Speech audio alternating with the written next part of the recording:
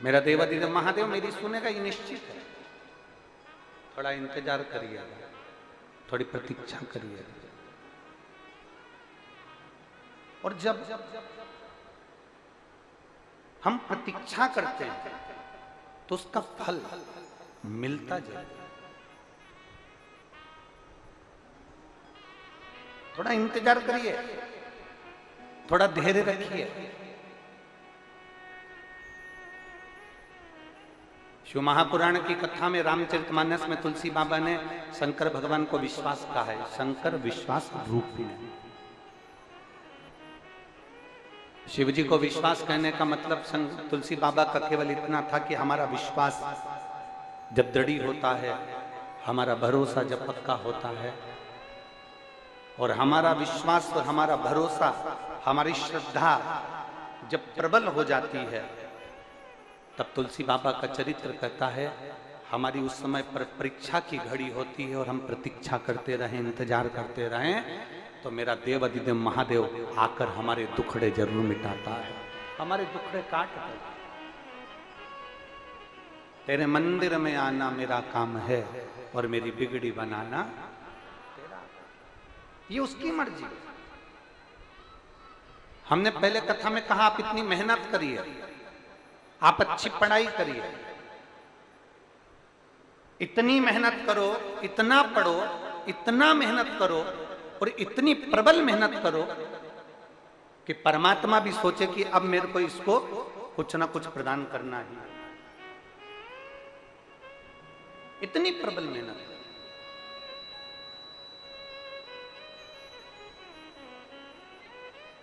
वेद व्यास जी महाराज ने इतने सारी पुराणों की रचना करी है। वेद व्यास जी महाराज ने इतनी पुराणों की रचना करी, पर केवल एक पुराण शिव महापुराण 24,000 श्लोक का ऐसा बनाया है वेद व्यास जी ने, जिस पुराण में लोगों के दुखड़े मिटाने का सारा उपाय इस शिव महापुराण में डाल दिया गया। अच्छी विद्या प्राप्त करना है, शिव महापुराण में उसका उपाय मिलेगा। रोग मुक्ति करना है, शिव महापुराण में उसका उपाय मिलेगा। अच्छा विवाह करना है, शिव महापुराण में उसका उपाय मिलेगा। वैभव प्राप्त करना है, शिव महापुराण में उसका उपाय मिलेगा। सत्ता प्राप्त करना है, शिव महापुराण में उसका उपाय मिलेगा। 18 पुराण की रचना वेद व्यास जी ने करी, परंतु केवल एक पुराण शिव महापुराण ऐसा वेद व्यास जी ने रचा। ये 24,000 श्लोक का ये शिव पुराण ऐसा रचा जिसमें वेद व्यास जी ने उसमें सब कुछ रख दिया, सब कुछ।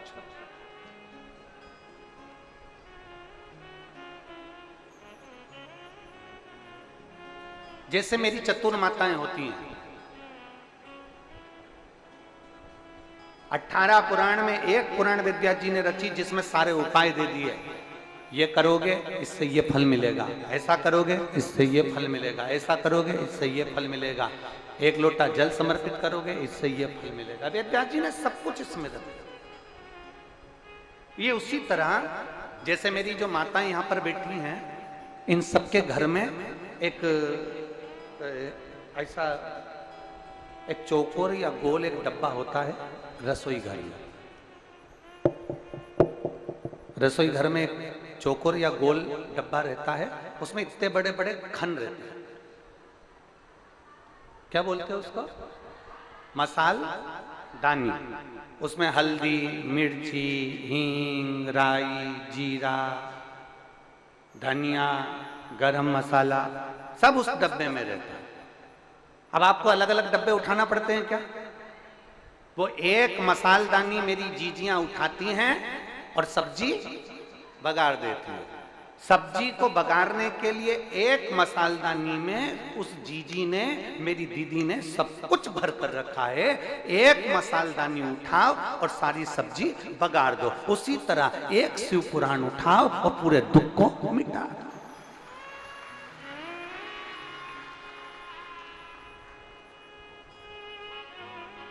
उस मसालदानी में धनिया भी है, हल्दी भी है, मिर्ची भी है, राई भी है, जीरा भी है, रिटर्न बड़ा, राई भी है, जीरा भी है, गरम मसाला भी है, सब कुछ रखा, सब कुछ।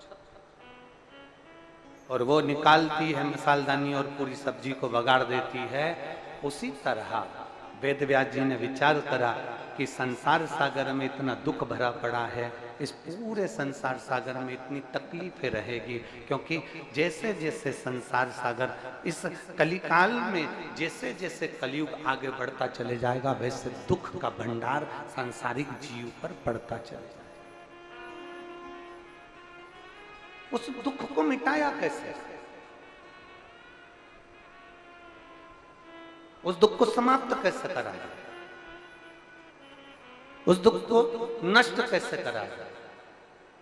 तो उसका एक सार तत्व वेद व्यास जी ने लिख दिया। शिव महापुराण 24,000 श्लोक की ये पुराण की रचना वेद व्यास जी ने कर दी। और इस पुराण में उन्होंने वर्णन कर दिया कि जो इस पुराण को दिल से श्रवण करेगा, इस पुराण को दिल से मनन चिंतन करेगा, मनन चिंतन, जैसे माननीय मुख्यमंत्री जी अभी अपने अनमोल शब्दों में कह रहे थे कि केवल हमको सुनना नहीं है। अभी माननीय मुख्यमंत्री जी कह रहे थे हमको केवल सुनना नहीं है, हमको सुनकर अपने अंदर सनातन धर्म के प्रति जागरूकता को उत्पन्न करना। यह भी उन्होंने अपने उद्बोधन में कहा। अपने को दृढ़ी होना, अपने विश्वास को दृढ़ी करना, अपने विश्वास को प्रबल बनाना। और जब हमारा भरोसा दृढ़ी हो जाएगा, जब हमारा भरोसा पूरा की पूरा प्रबल हो जाएगा, तो हमें परमात्मा को मिलने में देरी होगी ही नहीं। और शंभु शरणे पड़ी मांगू घड़ी रे, दुख काटो दया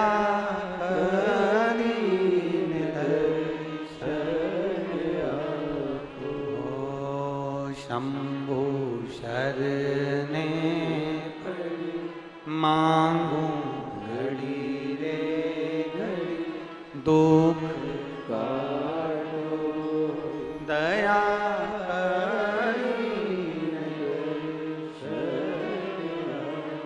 तो शिव महापुराण की कथा कहती है हमें परीक्षा नहीं लेना हमारे शंभु की, हमें प्रतीक्षा करना है हमारे शंभु। थोड़ा इंतजार करना, थोड़ा। कल एक कथा में एक बात कही थी, अच्छा काम करना हो तो, कल कथा सुनी थी ना, क्या बताया था? अच्छा काम करना हो तो तुरंत करो, और झगड़ा करना हो तो कल करो। झगड़ा कब करना है? कल। अब ये बात किसी ने सुन ली, और कल हमने बताया ना कि 2 दिन हम लोग मिल लेते हैं सबसे।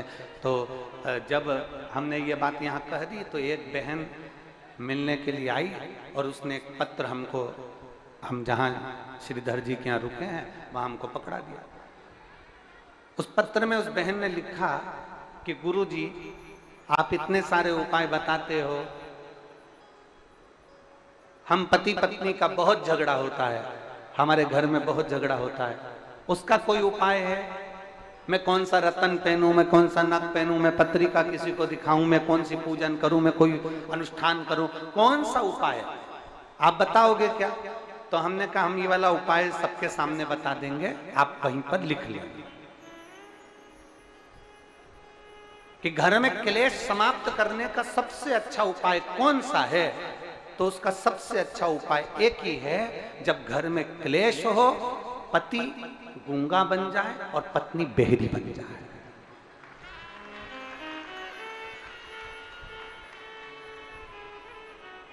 क्या बनना है? जम के बोलो जरा। पति को क्या बनना है? थोड़ी देर के लिए, आधे घंटे के लिए आपको कुछ नहीं बोलना, मौन।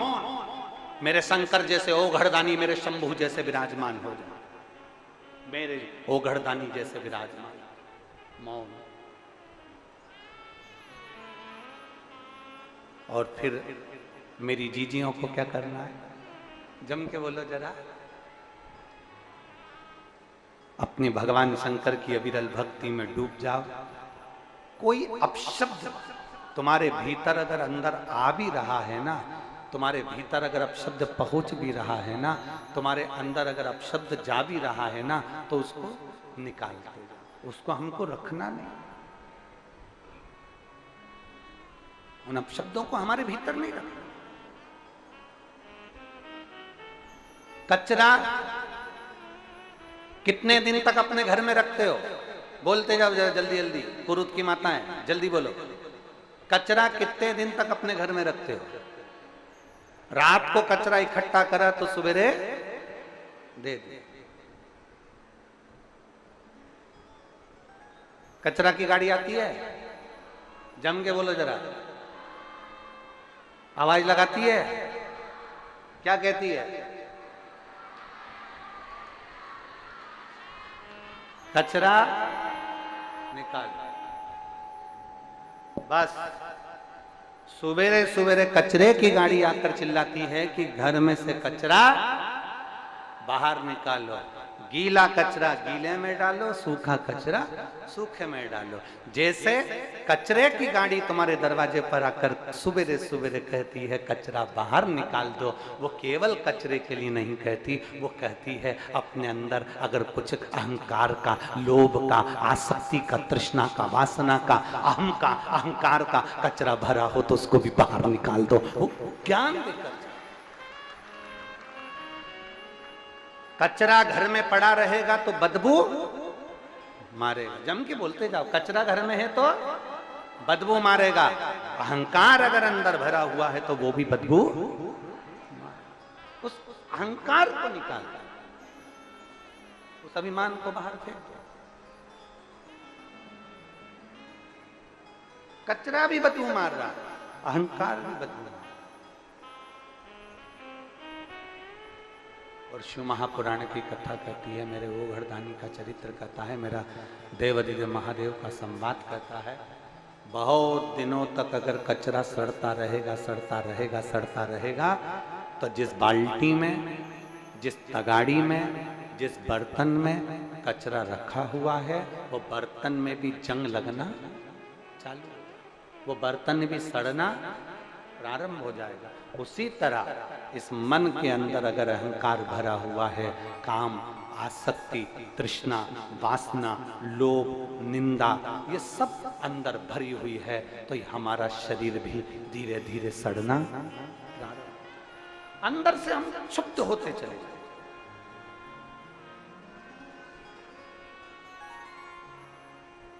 अंदर से हम क्षुब्ध होते चले जाए। कचरे को रोज बाहर निकालना जरूरी है, मकान को रोज झाड़ू लगाना जरूरी है, घर को रोज साफ करना जरूरी है। उसी तरह इस मन में शिव महापुराण को ले जाना जरूरी है, जिससे ये मन भी पवित्र बनता चले जाए और भीतर से हमारा अहंकार समाप्त होता चले। बोल बम का नारा है, आवाज नहीं आई, बोल बम का नारा है, सारी समस्या का हल। कोई लेट बनता है, कोई जल्दी बनता है, शिव को जल चढ़ाने वाला एक दिन शिव तत्व की प्राप्ति का अपने अंदर शंकर को उतारने का प्रयास कर। कहीं भ्रम में नहीं जाना, कहीं भटकना नहीं है महाराज, कहीं भ्रम में नहीं जाना, कहीं भटकना नहीं है, कहीं इधर उधर हमें जाना नहीं है। हमें तो केवल शिव की भक्ति में रमना, केवल शिव।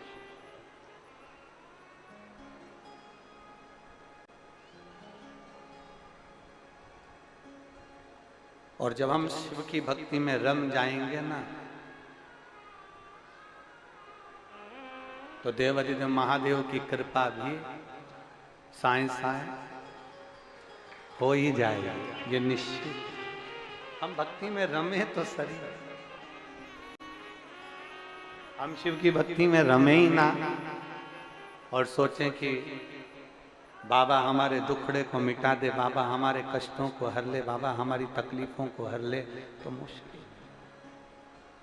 बहुत।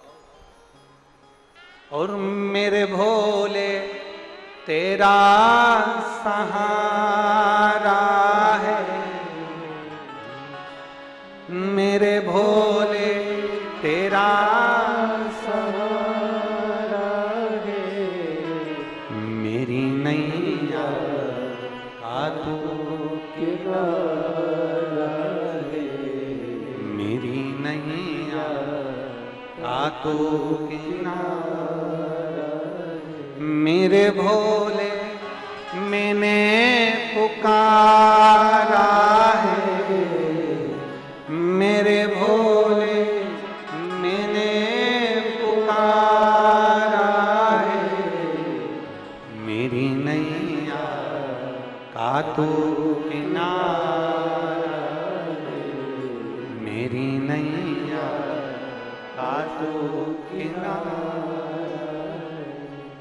आप उसको पुकारो,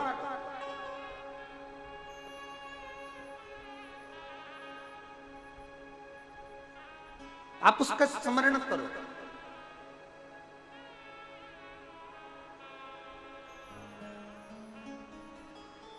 कोई दुखी है, उसके दुख को देखकर तुम्हारे भीतर दुख उत्पन्न होना चाहिए।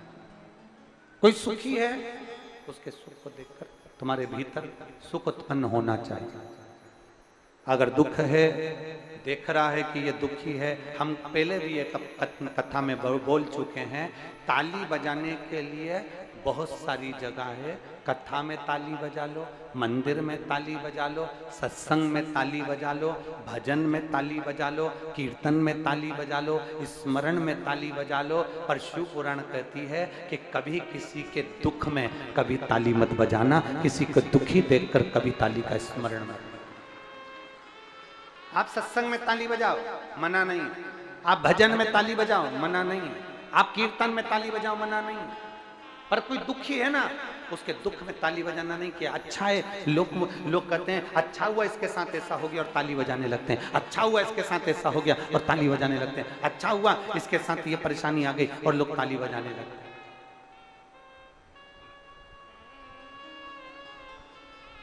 ना,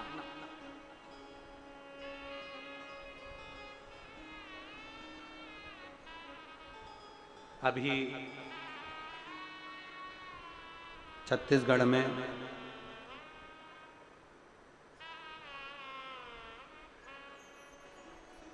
कल परसों में ही एक एक्सीडेंट हुआ।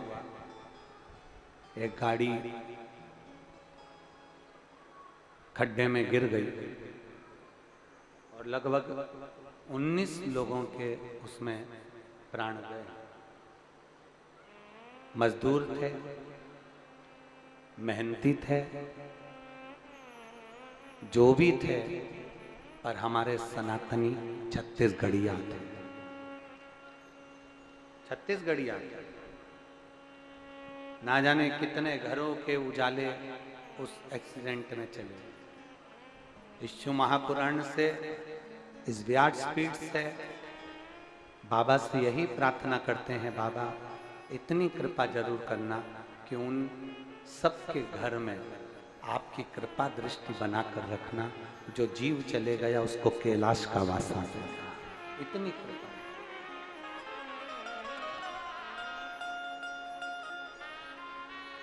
इतनी कृपा जरूर। और मैं छत्तीसगढ़ शासन के माननीय मुख्यमंत्री जी बैठे हैं, उनको बहुत बहुत धन्यवाद देना चाहूँगा कि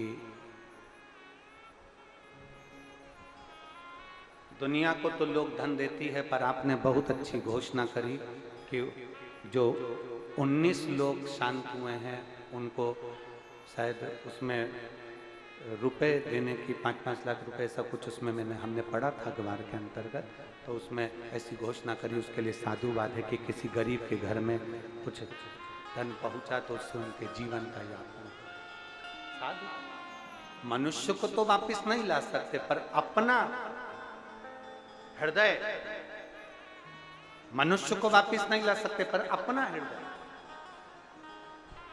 धन से भी कुछ नहीं होता, पर अपना मन हम बाबा के भाव से समर्पित तो कर सकते हैं।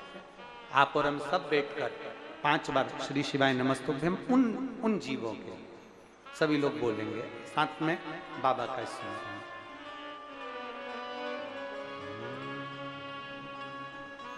श्री शिवाय नमस्तुभ्यं।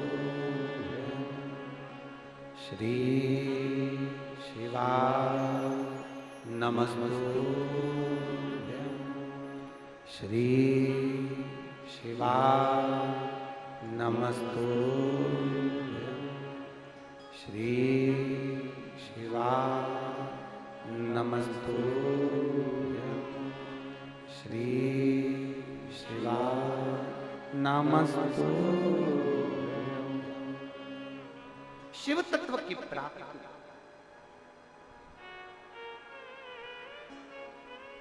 ताली बजाने के लिए सत्संग है, ताली बजाने के लिए कथा है, ताली बजाने के लिए मंदिर है, ताली बजाने के लिए देवालय है, ताली बजाने के लिए शिवालय है।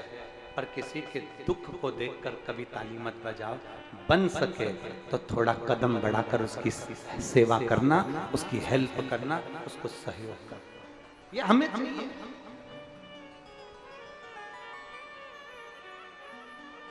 अब कितनी विचित्र कथा है, जरा ध्यान दीजिएगा। तारकासुर असुर है, तारकासुर राक्षस है, और तारकासुर असुर है, राक्षस है, और उसको मारने के लिए षडानंद कार्तिकेय जी का जन्म हुआ है, प्रकट हुआ।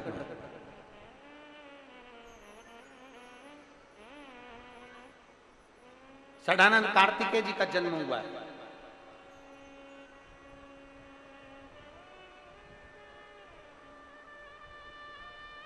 अब तारकासुर तो असुर है ना, राक्षस है ना, उसको तो मरना है ना। पर माता पार्वती जी अपने पुत्र कार्तिकेय जी से कहती हैं कि तारकासुर को मारना तो उसके हृदय में बाण ना लगे, उसका हृदय छेदित ना हो, उसके हृदय में चोट ना पहुंचे।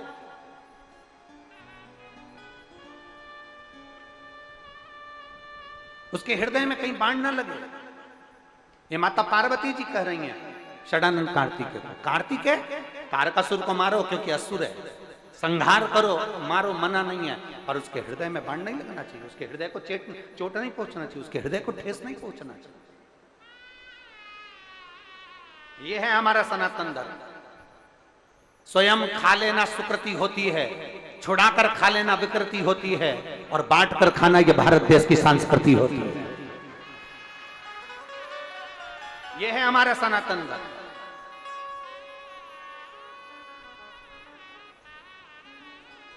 कोई धर्म ये नहीं बताता कि पक्षी को दाना देना, कोई धर्म ये नहीं बताता कि चींटियों को दाना देना, कोई धर्म ये नहीं बताता कि मछली को दाना देना, कोई धर्म ये नहीं बताता कि गौ माता को रोटी देना, कोई धर्म ये नहीं बताता कि वृक्षों की पूजन करना, कोई धर्म ये नहीं बताता कि नदियों की पूजन करना, कोई धर्म ये नहीं बताता कि पृथ्वी की पूजन करना, कोई धर्म ये नहीं बताता कि जीव और जंतु की पूजन करना, कोई धर्म ये नहीं बताता कि नारी का आदर करना, सम्मान करना, सत्कार करना, ये केवल सनातन धर्म के अंदर ही है, इसके सिवा किसी धर्म में नहीं।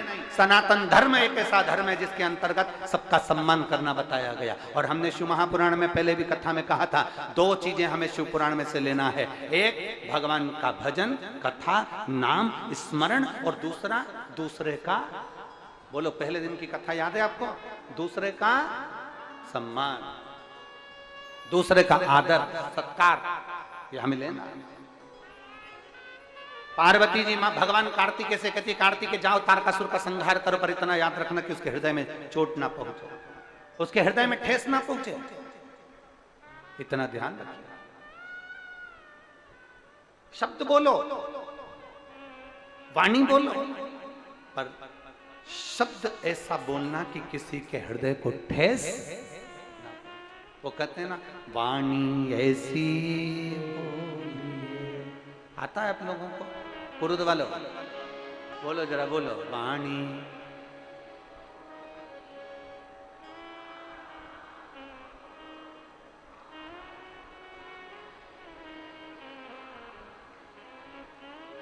बस। कितनी सुंदर बात पुरुद के लोगों को आती है, सबको आती है। वाणी ऐसी मन का, परंतु आज के जमाने में वाणी ऐसी बोले जो जम के झगड़ा हो पर उससे मत बोलिए जो तुमसे तगड़ा हो।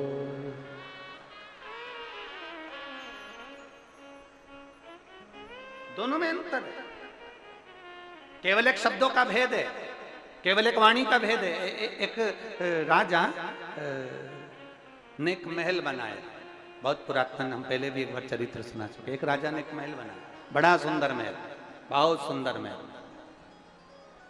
और राजा ने महल बनाया और नगर के सेठ जी को बुलाया, सेठ जी आओ जरा महल देखो कैसा है। नगर के सेठ जी गए। अब सेठ जी को जरा बोलने के तरीके नहीं थे, तो सेठ जी नगर के सेठ थे, बहुत बड़े, राजा का महल देखने का। जो महल देखने गए तो राजा ने पूछा, सेठ जी बताओ महल कैसा बना। सेठ जी बोले, महाराज महल तो अच्छा बनाया, पर इसका दरवाजा छोटा रख दिया। राजा ने पूछा, दरवाजे से क्या होना है। महाराज जब मरोगे तो तुम्हारी अर्थी कैसे निकलेगी। अब तो राजा को आ गया गुस्सा। राजा ने अपने दूतों को बुलाया, सेठ जी को अंदर बंद करवाया, ले जाओ इसको डालो कारागार में। सेठ जी को कारागार में डाल दिया। थोड़ी देर बाद उनकी पत्नी आ गई। पत्नी बोली, महाराज मेरा पति आया था। राजा ने कहा, तेरे पति को बोलने के लक्षण नहीं है, बोलता है कि महल इतना अच्छा बनाया, दरवाजा छोटा रख दिया। महाराज जब तुम मरोगे तो तुम्हारी अर्थी कैसे निकलेगी। इतने में पत्नी बोली, महाराज मेरे पति को बोलने के लक्षण नहीं है, उसको क्या करना, अर्थी कैसे निकलेगी, राजा को काट काट के निकाल देंगे। अब इतने में तो राजा तो डिप्रेशन में चल गया। राजा ने विचार करा, बताओ पत्नी ऐसी। राजा ने कहा, इसको बंद करो, उसको बंद कर दिया। थोड़ी देर बाद उसका बेटा आ गया। बेटा आया तो कहा, महाराज मेरे माँ बाप आए थे। राजा ने कहा, तेरे माता पिता को बोलने के लक्षण नहीं है, तेरे पिताजी बोले महल अच्छा बनाया, दरवाजा छोटा रख दिया, जब मरोगे तो तुम्हारी अर्थी कैसे निकलेगी। तुम्हारी माता जी कहती हैं राजा को काट काट के निकाल देंगे। इतनी देर में बेटा बोलता है, महाराज ना तो मेरी माँ को बोलना आता है, ना मेरे बाप को बोलना आता है, उनको क्या करना, अर्थी कैसे निकलेगी, राजा को अंदर ही चला देंगे। अब तो राजा ने मन में सोचा कि इनके खानदान में कोई मीठा बोलना जानता ही नहीं है। पिता के मुख से शब्द अच्छे नहीं निकले, माँ के मुख से शब्द अच्छे नहीं निकले, बेटे के मुख से शब्द अच्छे नहीं निकले। रिटर्न बड़ा, बेटे के मुख से शब्द अच्छे नहीं निकले, मतलब ये समझ में आ जाता है कि वाणी श्रेष्ठ नहीं। अच्छी वाणी बोलने के लिए घर के अच्छे संस्कार चाहिए।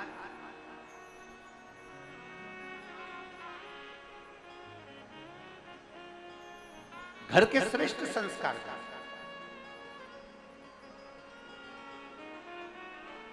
और हमने अभी परतवाड़ा की कथा में कहा था, परतवाड़ा की कथा में एक बात कही थी कि गांव में फसल बिगड़ रही है और शहर में नस्ल बिगड़ रही है।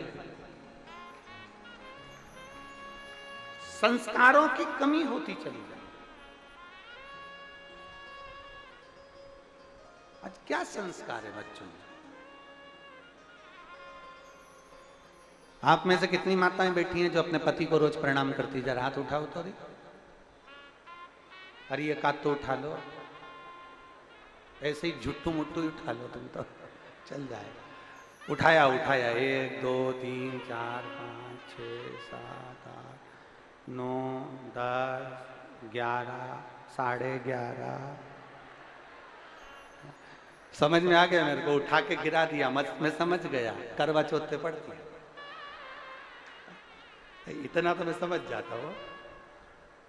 अच्छा जाने दो, अब तुम नहीं पढ़ती तो तुम में से वो हाथ उठा लो, वो पढ़ लेता हो। कभी कभी ऐसा भी होता है, वो हाथ जोड़ लेता, मैं तेरे हाथ जोड़ता हूँ, चुप हो जा, तेरे पाँव पढ़ लूं, चुप हो जा। तू मेरी माँ से क्यों लड़ रही, मैं तेरे पाँव पढ़ता, तू चुप हो जा, तेरे हाथ जोड़ो, तू चुप हो जा,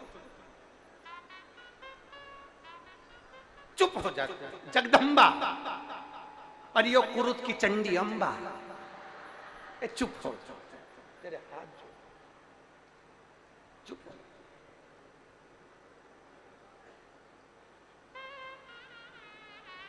इतने में पत्नी फिर बोली, मैं तो कभी बोलती ही नहीं, और बोल सब दिया।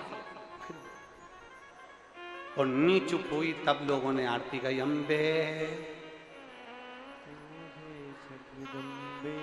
जय हो कुरूद वाली, हम सब उतारे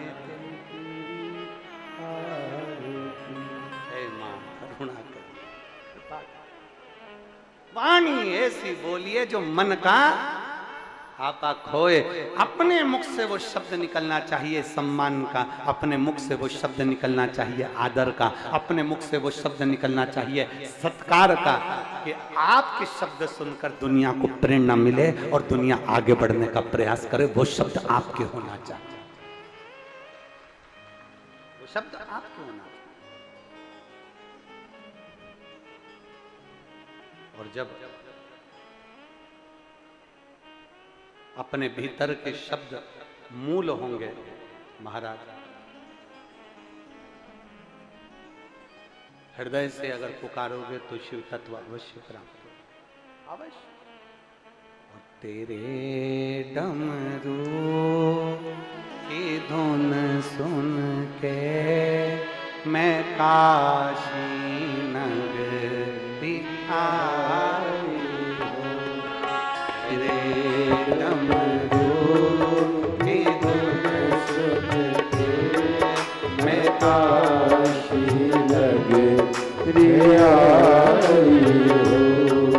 मेरे भोले ओ बम भोले मैं काशी नगरी आई हूँ।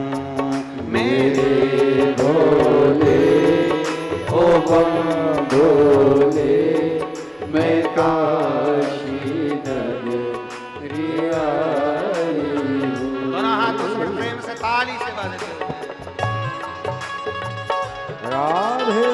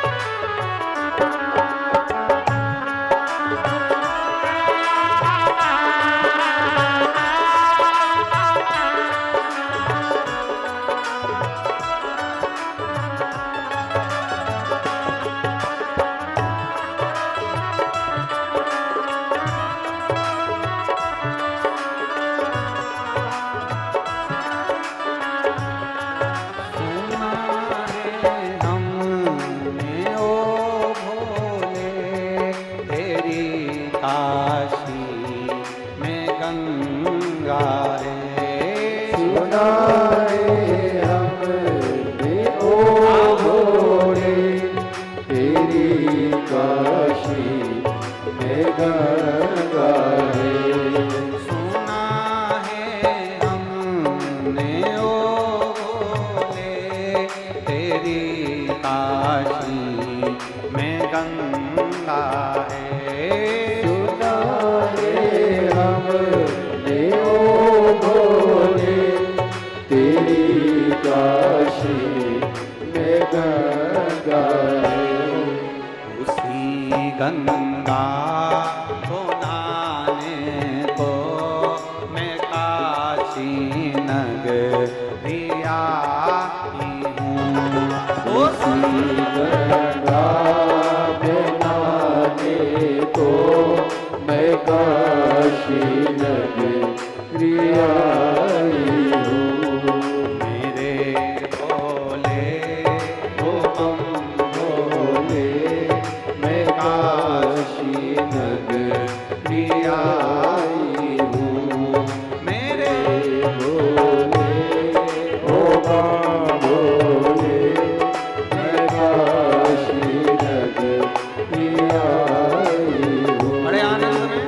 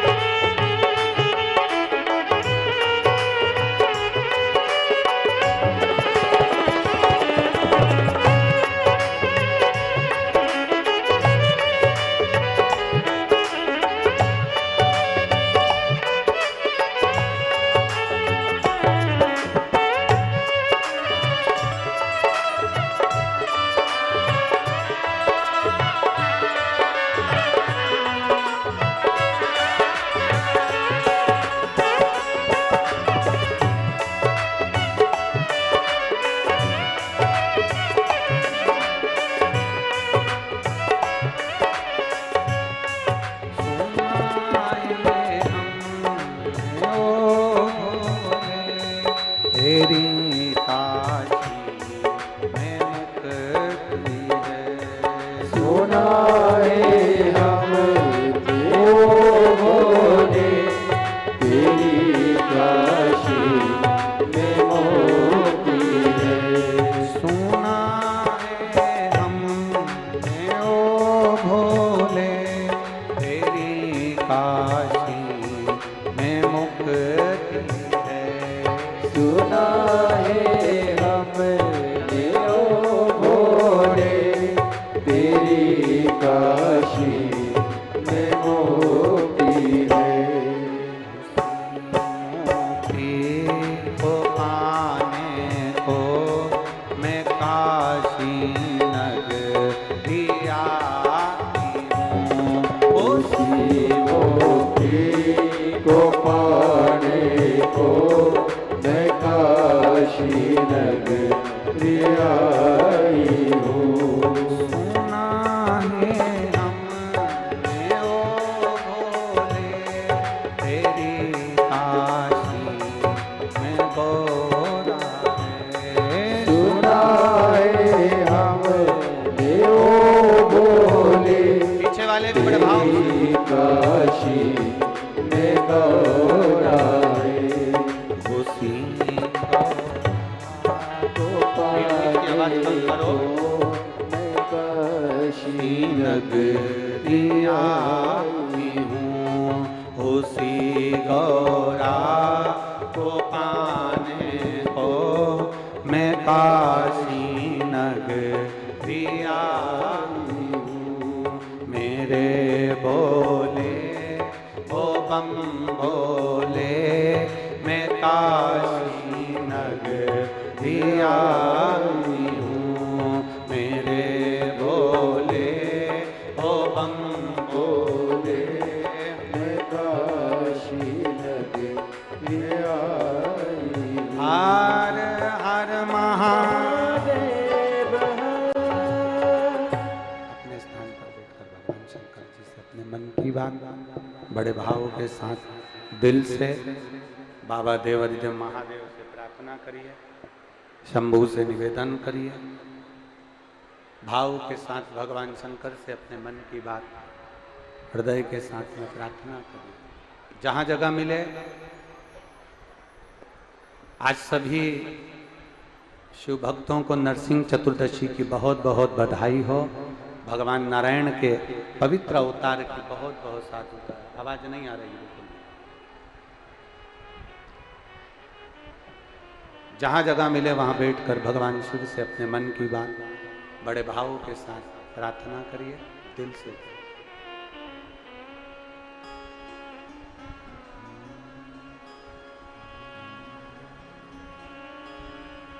श्री शिवा नमस्तु, श्री शिवा नमस्तु, श्री शिवा नमस्तु, श्री शिवा नमस्तु, श्री शिवा नमस्तु।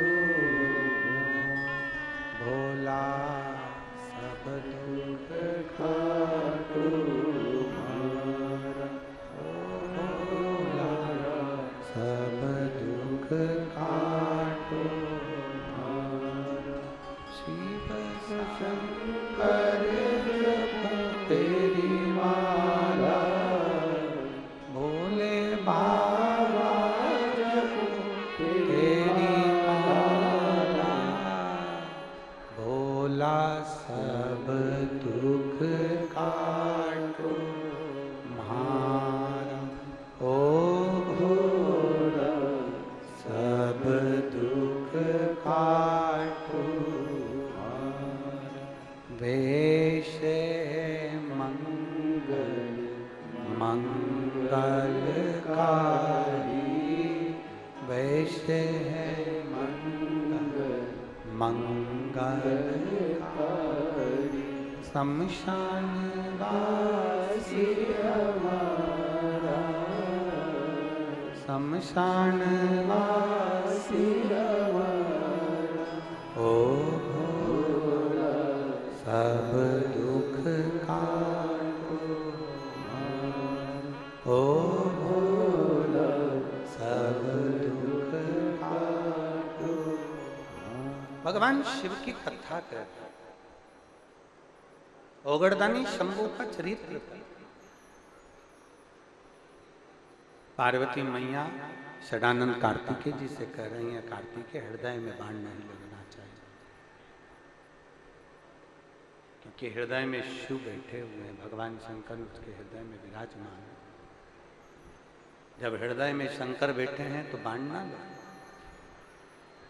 और बहुत सुंदर शिव महापुराण का चरित्र कहता है, संपूर्ण विश्व के अंदर जितने भी मनुष्य निवास करते हैं, मानव रहते हैं, जितने भी मानव संपूर्ण विश्व में निवास कर रहे हैं, सबके भीतर, सबके अंदर ईश्वर का एक प्रतिबिंब है।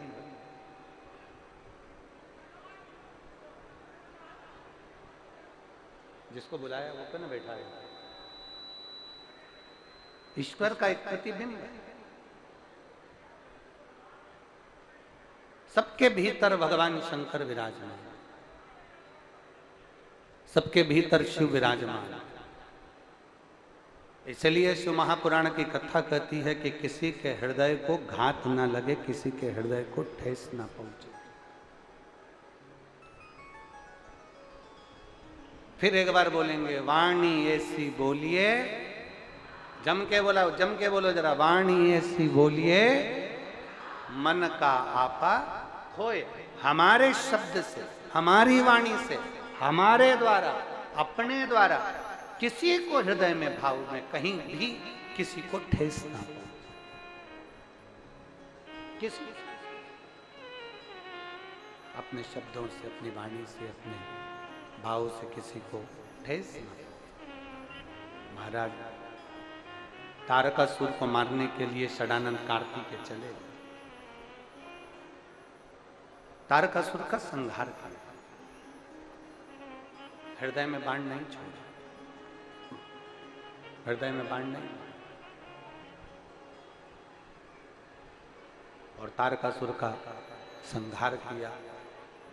तारकासुर के 3 बेटे थे,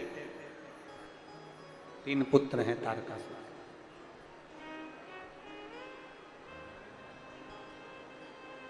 और तारकासुर के 3 पुत्र, तारकाक्ष, विदुम्माली, कमलाक्ष, 3।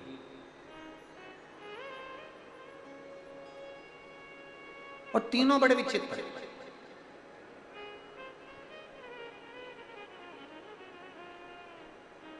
कल कथा में, कल कहा था कि परसों कहा था, परसों के दिन एक बात कही थी, बच्चों को खूब पढ़ाओ,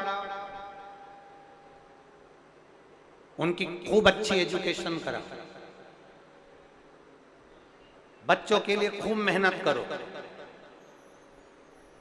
बच्चों को खूब लायक बनाओ। कब बोला था? कल बोला था, परसों बोला था? जम के बोलो, परसों। चलो हम इसलिए पूछते हैं कि आप लोगों को याद है कि नहीं। परसों बोला बच्चों को खूब पढ़ाओ, जी जान से ज्यादा मेहनत करो, अपनी कैपेसिटी से ज्यादा पढ़ाओ, बच्चों को लायक बनाओ। पर शिव महापुराण की कथा कहती है, बच्चों को इतना भी लायक मत बना देना कि वो अपने माता पिता को नालायक समझने लगे। परसों की कथा में कहा था, बच्चों को इतना भी लायक मत बना देना, संस्कारों से विहीन मत कर देना कि वो अपने माता पिता को नालायक समझने लगे कि मम्मी तुम चुप रहो, पापा तुम चुप रहो, तुम्हें अकल नहीं है, तुम नहीं बोलो, मम्मी तुम फालतू की बात मत करो, माँ तुम चुप रहो, पापा तुम चुप रहो। जो बच्चे अपने माँ बाप को चुप करना चालू कर दें तो समझ लेना तुमने अपने बच्चों को लायक तो बनाया पर संस्कारों की कमी ला दी, इसलिए तुम्हें नालायक समझ। संस्कारों की कमी मत आने देना। बच्चों में जितने संस्कार होंगे तो बच्चे तुम्हारा अगर आज आदर कर रहे हैं तो जिंदगी में उन बच्चों का भी आदर होगा। अगर आज आदर कर रहे हैं तो उन बच्चों का जिंदगी में आदर होता चले जाएगा।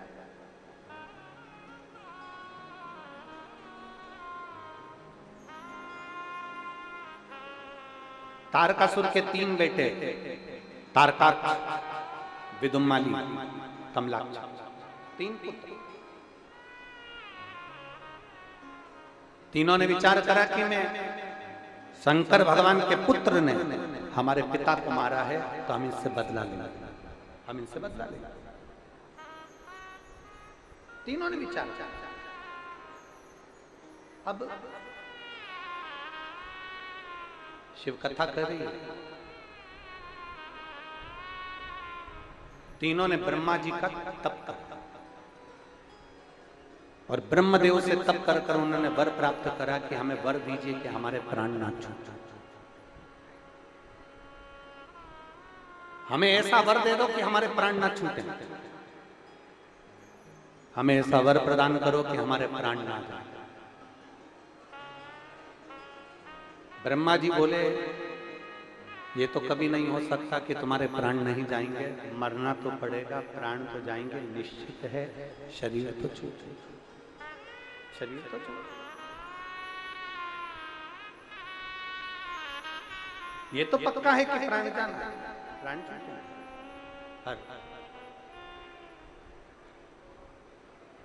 तुम कोई और वर मांगो। तारकासुर के 3 बेटों ने, तारकाक्ष, विदुम्माली, कमलाक्षी ने, तीनों ने वर मांगा। अगर वर देना चाहते हो तो हमें ऐसा वर दीजिए कि हम मरे तो तीनों एक साथ मरे। ब्रह्मा जी ने कह दिया तथास्तु, ठीक, हम तुम्हें वर प्रदान तथा। अब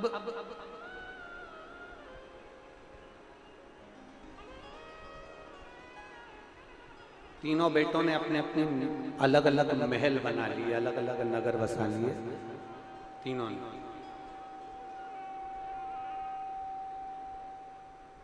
और तीनों ने अपने अपने नगर बसाए, तीनों ने अपना अपना महल बनाया, 3 पुरियों का निर्माण कर लिया। 3 पुरियों का निर्माण हुआ, तीनों में निवास।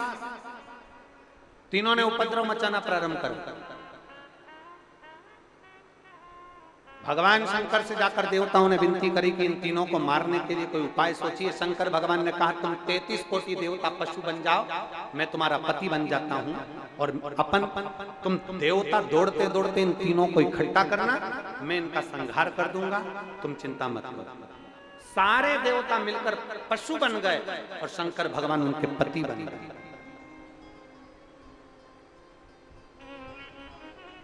शिव जी का एक नाम होने जा रहा है जिसका व्रत आप करते रहे। कौन सा? जम के बोलो जरा। पशुपति। सारे देवता पशु बन गए, शंकर भगवान उनके पति बन गए। पति का मतलब क्या होता है? भरण पोषण करने वाला। पति का मतलब है भरण पोषण करने वाला, पति का मतलब है रक्षा करने वाला।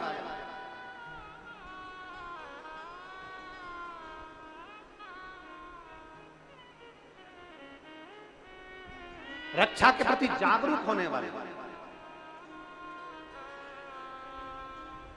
बन गए पशु। और शिव जी एक बड़े नंदी का रूप ले लिए, बड़े नंदी का, और जितने देवता थे वो छोटे पशु बनकर भागे। तारकाक्ष, विदुम्माली, कमलाक्षी, तीनों को इकट्ठा करा,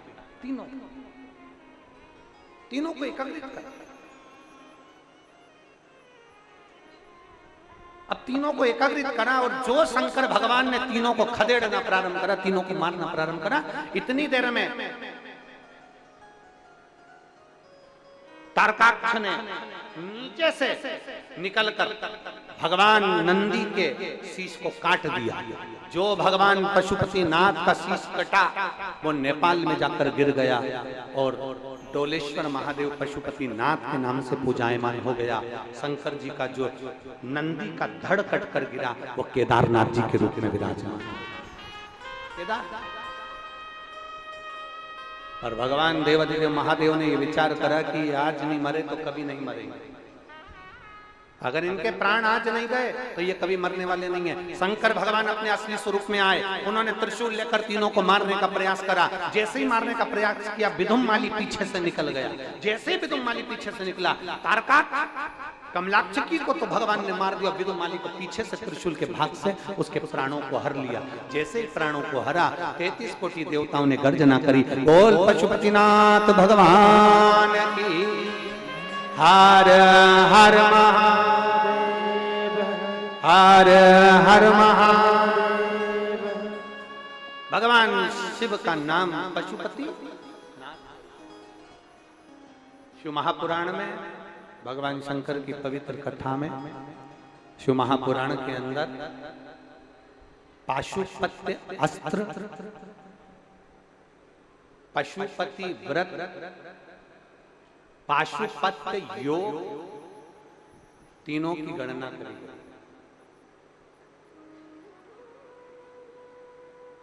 पाशुपत्य योग, पाशुपत्य अस्त्र और पशुपति व्रत। एक बार माननीय मुख्यमंत्री जी के लिए जोरदार ताली बजाकर साधु था, जिन्होंने इतना लंबा समय बैठकर कथा का रसपान किया। और प्रदेश का राजा अगर सनातनी भाव रखते हैं, धर्म के प्रति रुचि रखते हैं, तो संपूर्ण प्रदेश का कल्याण जरूर होता है। एक बार जोरदार ताली बजाकर साथ में बहुत बहुत बहुत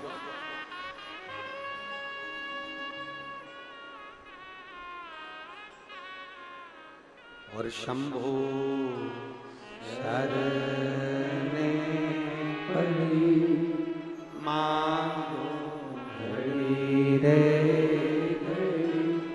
दुख काटो दया करीने दर्शन आपो।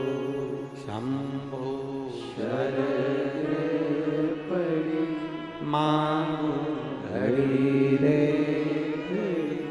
दुख काटो दया करीने दर्शन आपो। शिव जी का नाम पड़ गया, ये रिटर्न सही नहीं आ रहा है। शिव जी का नाम पड़ गया, जम के बोलो पशुपति। अब हम संसार के मनुष्य में इतना बल तो है नहीं कि हम पाशुपत्य अस्त्र भगवान से ले सके। अपन ने इतना तप करा है, जम के बोले जरा, अपन ने इतनी आराधना करी क्या, अपन ने इतना साधना करी क्या कि भगवान से अपन पाशुपत्य अस्त्र ले लें। भगवान कृष्ण ने पाशुपत्य योग लेने के लिए कई समय तक तप साधना करी थी, तब उनको पाशुपत्य योग प्राप्त हुआ। तब भगवान कृष्ण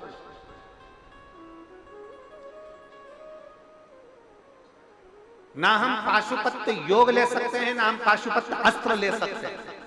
तो शिव महापुराण में सबसे सरल चीज क्या बता दी? कौन सा व्रत? बोलो बोलो, जम के बोलो जरा। पशुपतिनाथ का व्रत। किस किसने किया? जरा हाथ उठाओ जिन्होंने करा, रखिए। हम ना तो पाशुपत्य भगवान से अस्त्र ले सकते हैं, नीचे गई थोड़ी बहुत भी शुगर ऊपर नीचे गई तो डॉक्टर कह देता है कि शुगर कंट्रोल में नहीं है, शक्कर कंट्रोल में नहीं। डॉक्टर ने कह दिया कि ये शुगर कंट्रोल में नहीं है, ये शक्कर कंट्रोल में नहीं है, ये शुगर लेवल में नहीं है, ये शक्कर कंट्रोल में नहीं है। डॉक्टर कह देता है कि ये शुगर का लेवल ठीक नहीं है, ये शक्कर का लेवल ठीक नहीं है। पीछे आवाज नहीं जा रही है, सबसे आखिरी के पंडालों में और बाहर भी आवाज नहीं आती। साउंड बिल्कुल सेट नहीं है, रखती हुई।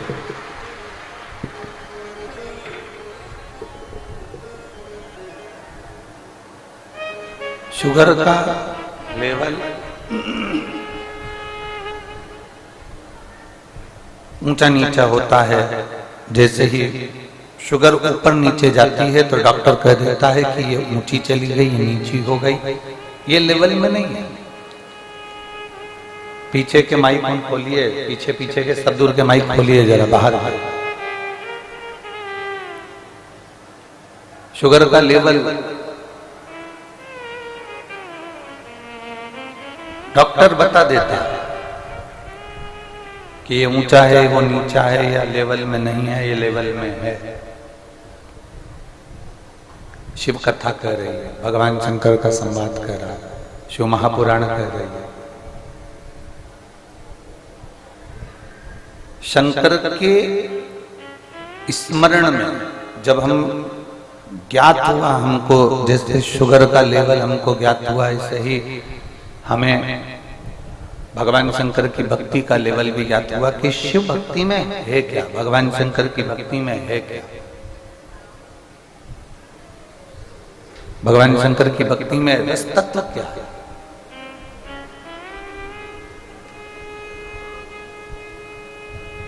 और जब हमें ज्ञात हो गया कि ये अशोक सुंदरी का स्थान है, ये गणेश जी का स्थान है, ये कार्तिकेय जी का स्थान है, ये माँ पार्वती जी का स्थान है, ये शिवलिंग शंकर का स्थान है, ऊपर से जो जल एक एक बूंद टपक रहा है ये भगवान शंकर की 5 लड़कियों का स्थान है। जब हमें ज्ञात हो गया तो हमको अनुभव हुआ कि हम अगर इस स्थान पर जल समर्पित करते हैं या इस स्थान पर हम पहुंचते हैं या हम भगवान शंकर की ऐसी भक्ति को अगर हम प्राप्त करते हैं तो बाबा हमारा सुनेगा, ये निश्चित है। और बाबा सुनकर हमारी झोली खुशियों से भरेगा, ये निश्चित है।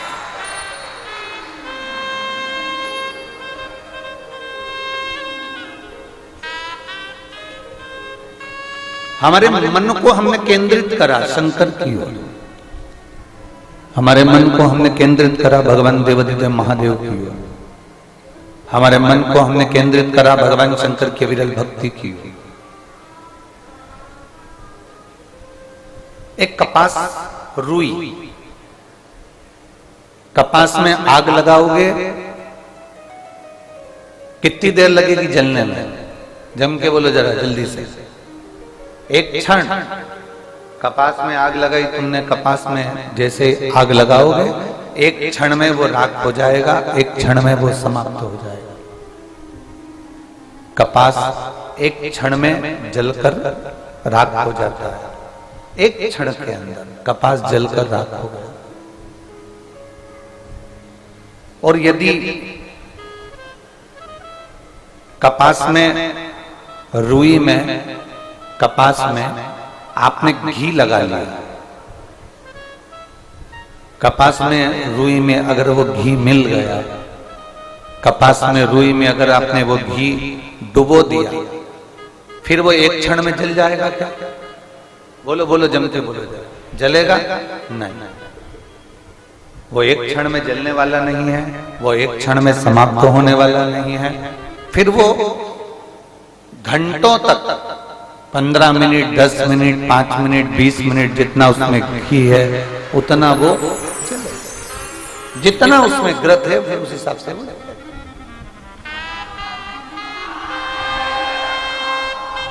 जितना ग्रत है उसमें, जितना घी है उसमें, फिर उस हिसाब से वो जल जाए। कपास को जलने में देरी नहीं लगती, कपास 1 मिनट में जलकर राख हो जाता है। पर कपास में अगर घी लगा दिया जाए, कपास को घी में डुबो दिया जाए तो वो घंटों तक चलता है और घंटों तक प्रकाश भी करता है।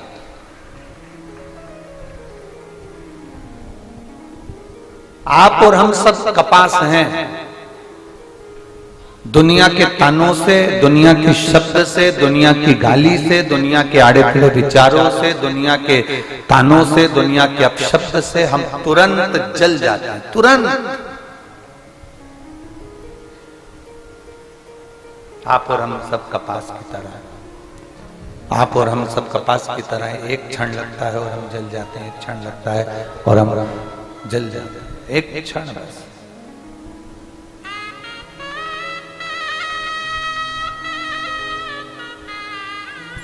तुरंत क्रोध आएगा, तुरंत अपशब्द निकल जाएगा, तुरंत किसी ने कुछ कहा और तुरंत हमारे मुख से अपशब्द निकल गया, तुरंत कुछ ताने निकल गए,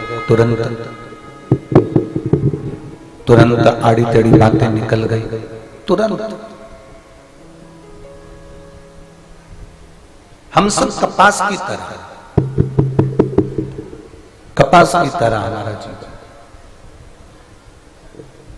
अब कपास को राख होने में एक क्षण लगता है।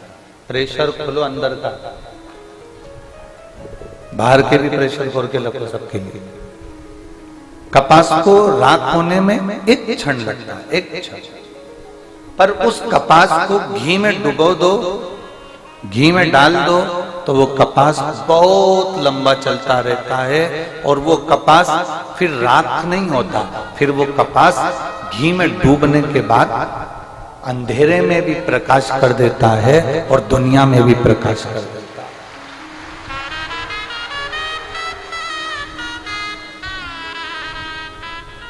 आप और हम सब कपास हैं, आप और हम सब लोग कपास की तरह हैं। किसी ने कुछ कहा जल गए, किसी ने कुछ कहा क्रोध आ गया, किसी ने कुछ कहा शब्द तुरंत हमको क्रोध आ गया। ये सब जल रहा है, ये सब अपन कपास की तरह जल रहा है।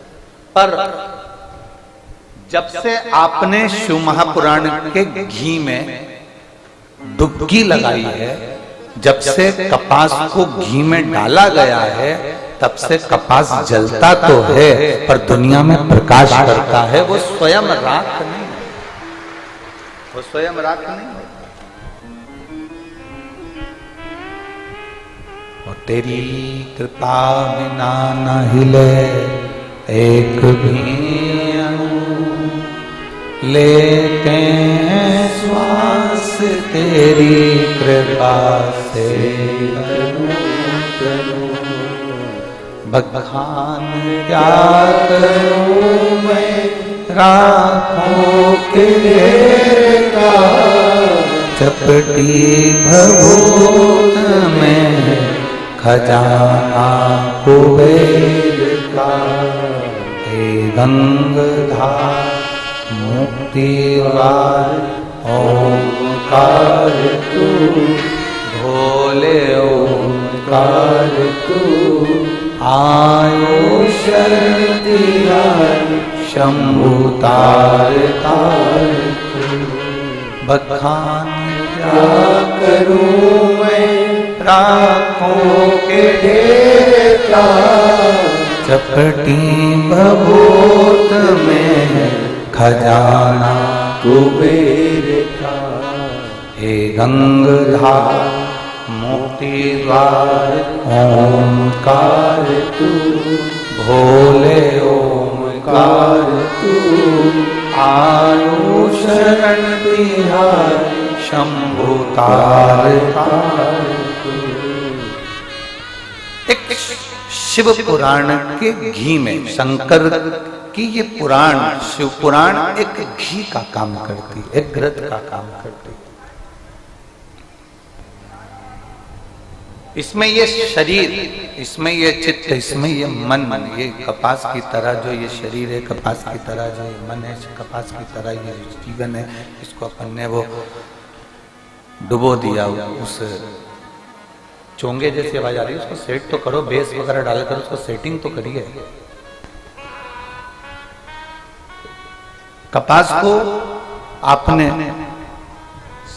शिव पुराण रूपी घृत में उसको डुबो दिया।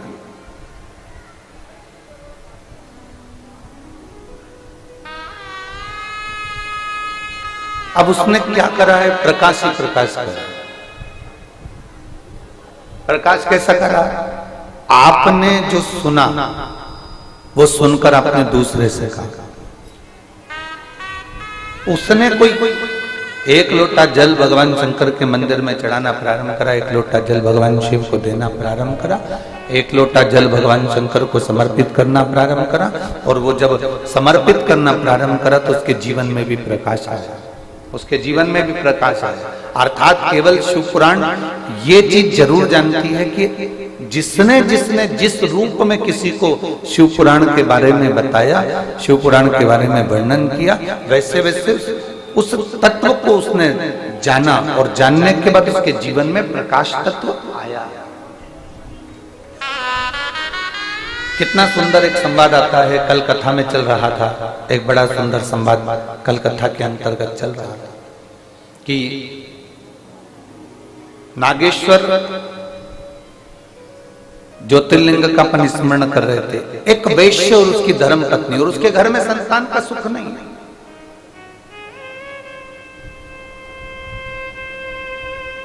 उसके घर में औलाद का सुख नहीं है।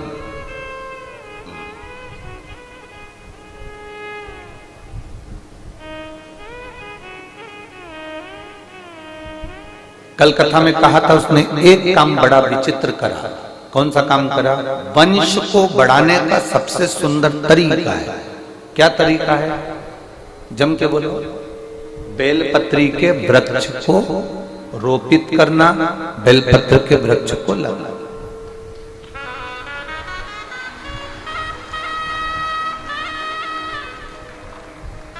यहां जितने बैठे हैं, जितने आस्था चैनल पर कथा सुन रहे हैं, जितने फेसबुक पर कथा सुन रहे हैं, जितने लोग इस पवित्र कथा का रसतत्व ग्रहण कर रहे हैं, उनसे एक बात जरूर कहेंगे कि बेलपत्र का वृक्ष, ये जरूरी नहीं कि आपके घर में औलाद है तो आप बेलपत्री का वृक्ष नहीं लगाएंगे। आपके घर में भरा पूरा परिवार है तो आप बेलपत्री का वृक्ष नहीं लगाएंगे ना। शिव पुराण कहती है अपने परिवार की कई पीढ़ियों को तारने के लिए एक वृक्ष अवश्य लगाना चाहिए बेलपत्र।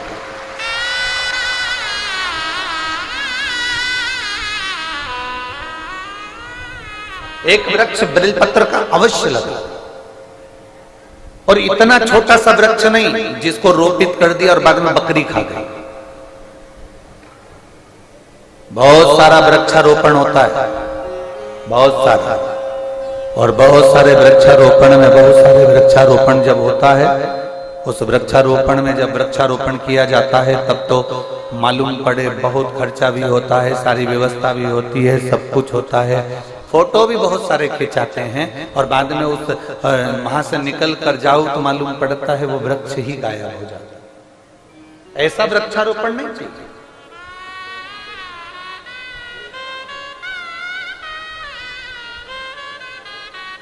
जो मुख से निकला, जो आपने किया वो दिखना भी चाहिए। जो आपने किया उसको दिखाना भी चाहिए, उसको दिखना भी चाहिए।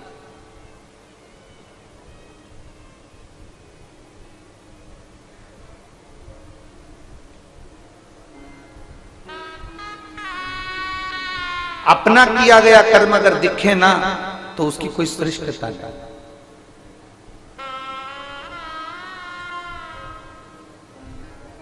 महाराज यहां कुबेरेश्वर धाम पर सामने जो रोड है, अभी आप लोग जिस रोड पर चल रहे होंगे, ये पक्की बनी है।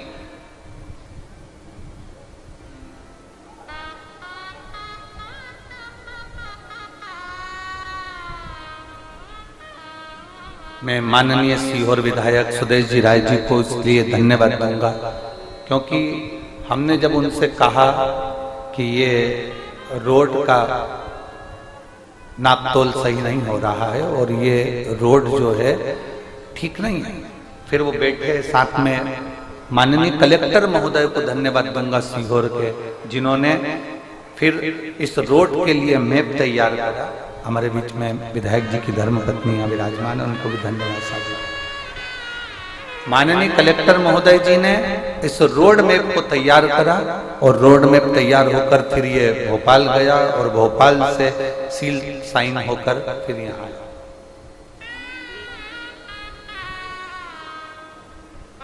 जो ये जो रुचि माननीय कलेक्टर महोदय जी को, ये जो रुचि उत्पन्न हुई इस रोड के निर्माण की, माननीय विधायक महोदय जी को, एसडीएम जी को, एसपी सर को, जो कमिश्नर आदि जितने भी अधिकारी हैं, उन्होंने इसको जब निश्चित किया तो वो सामने दिखा। आप जितना करते हैं वो सम्मुख में दिखना चाहिए। एक वृक्ष लगाओ, 10 लगाने की जरूरत नहीं है। कितना लगाओ?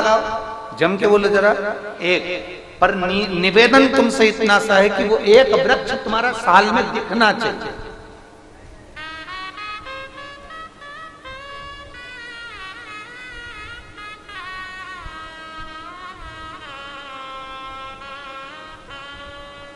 अगर वो एक वृक्ष भी ना दिखे ना तो उसका जीवन का कोई तत्व नहीं। फिर तुमने 10 वृक्ष लगाए, कोई काम के नहीं। एक अच्छे से लगाओ, थोड़ा बड़ा करिए, रोपित करिए, उसको बड़ा करने के बाद उसको फिर कहीं, तो जरूरी नहीं कि मंदिर में लगाना जरूरी है, जरूरी नहीं कि तुम्हारे बगीचे में ही लगाना जरूरी है, जरूरी नहीं कि गार्डन में लगाना जरूरी है। बेलपत्री का वृक्ष तुम चलते चलते किसी रास्ते से निकल कर जा रहे हो, गाड़ी में रख लीजिए, उसके चलते चलते रोड के किनारे पर थोड़ा सा खड्डा खोदकर, जहां पर पानी, तालाब, नदी, कोई स्थान ऐसा दिखे कि तुम पानी डालने भी नहीं आ सकते, तो ये तालाब का पानी, नहर का पानी, नदी का पानी, कुएं का पानी कोई ढोलेगा, कोई हेडपंप का पानी कुछ निकलेगा, तो वहां वो पानी पहुंच जाएगा। ऐसी जगह पर लगाओ कि दूसरी बार निकलो तो उस पेड़ की छांव में आप बैठकर जीवन का आनंद पा सकते।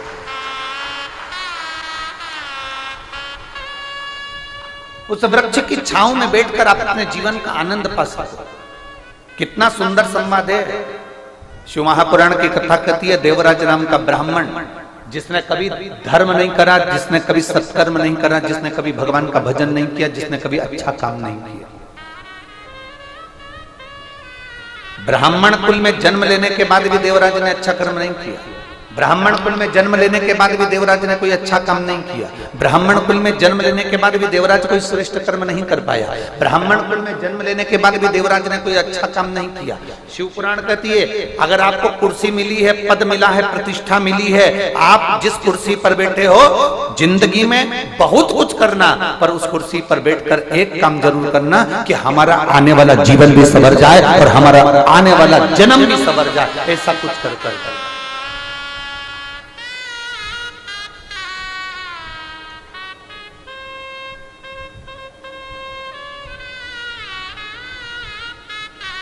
आने वाला जीवन भी सवर है। वो मूल है, आने वाला जीवन सवर। मैं माननीय कलेक्टर महोदय जी सीहोर को धन्यवाद दूंगा। आपने बहुत रोड बनवाए होंगे, बहुत कुछ करा होगा, पर ये कुबेरेश्वर बाबा की धरा का जो रोड है, ये जो बनवाया है, ये एक जन्म का नहीं, आपने कई जन्मों का पुण्य इकट्ठा कर उसको निर्मित करवाया। बहुत और इसमें फिर विधायक महोदय हो, सांसद महोदय, जो भी उसमें सहयोगी हैं, वो एक आनंद का सुख का श्रेष्ठ कर्म करते। एक पौधा लगाओ। देवराज नाम का ब्राह्मण जिसने अच्छा कर्म नहीं किया था, शंकर जी के मंदिर में चोरी का सामान लेकर गया था, चोरी का सामान लेकर बाहर निकला। निकलने के बाद उसके शरीर में इतना ताप पड़ रहा था कि वो बेलपत्र के वृक्ष के नीचे ठहर गया। ठंड में लगने के कारण उसका शरीर कांप रहा था। कांपते कांपते उसका शरीर इतना कांपा कि वही उसके प्राण छूट गए, वही प्राण छूट।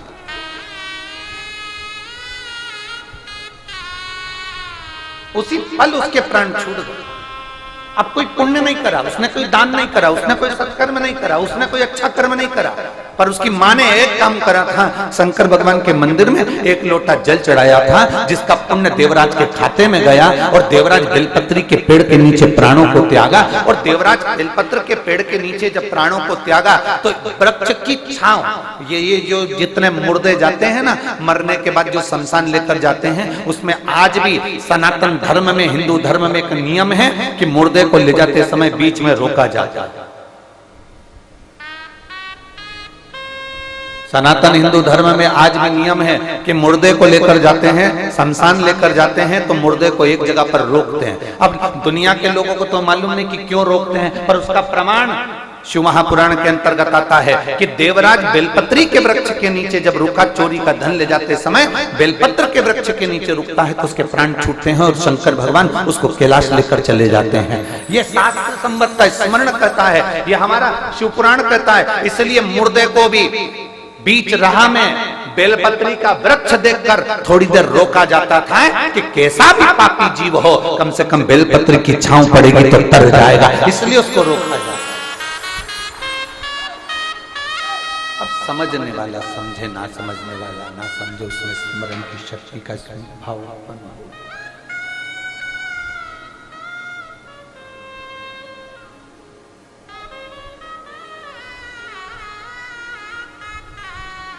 कुछ जीवन के सूत्र ऐसे हैं जो हमारे जीवन में उन्नति की ओर हमको लेकर चले जाते हैं। कुछ सूत्र हमारे जीवन के ऐसे,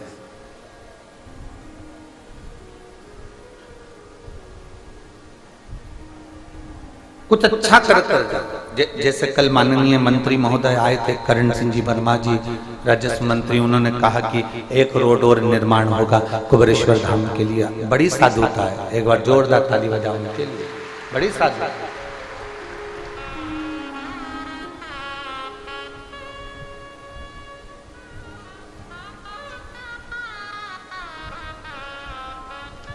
और शंभो शरणे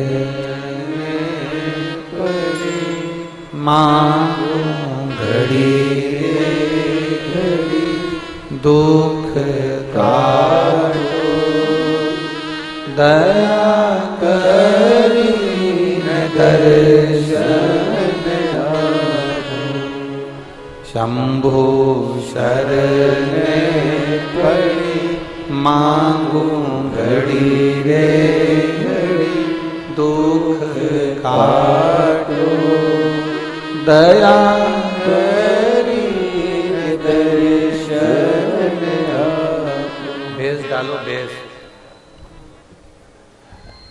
शिव तत्व की प्राप्ति।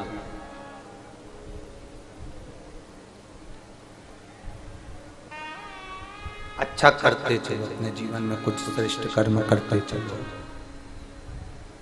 अपने जीवन में कुछ अच्छा करते चलिए। मिठास नहीं आ रही है साउंड में, बिल्कुल गला पकड़ रहा है, खींच रहा है वो बोलने में।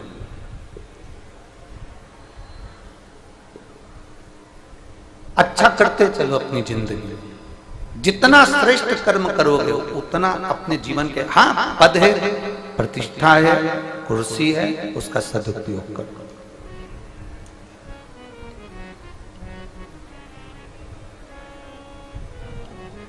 जो दिया भगवान ने उसका सदुपयोग करो।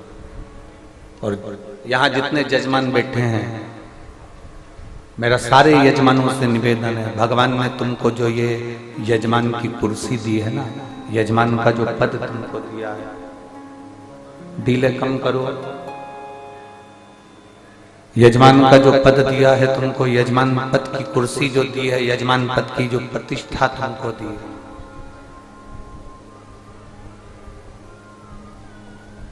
यजमान बनने के बाद भी तुम केवल कथा नहीं सुनना है, केवल आपको यजमान बनने के बाद केवल आपको भोजन ग्रहण नहीं करना है। यजमान बनने के बाद आपको काम करना है कि रसोई घर में जाकर जहां भोजन भंडारा हो रहा है वहां खड़े होकर परसकारी भी करना है। झाड़ू उठाकर कहीं एक स्थान की झाड़ू भी लगा।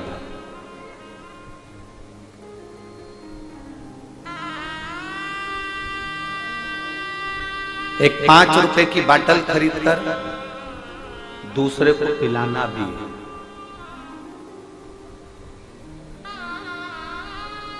अपना भोजन करने से पहले अपने साथ अगर कोई 5-10 लोग आए हैं या कोई दूसरा भी बैठा है तो पहले उसको थाली देना है कि तुम जीमो, मैं मेरी लगा कर लाता हूं, मैं बैठ जाऊं।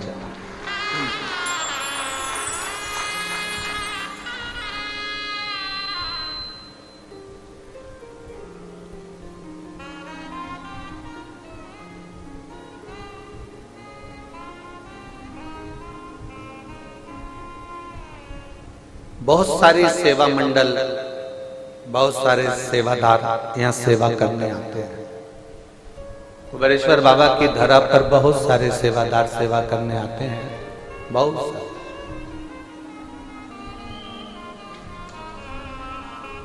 कुछ सेवादार ऐसे आते हैं कि जिनको ना फोटो से मतलब होता है, ना नाम से मतलब होता है।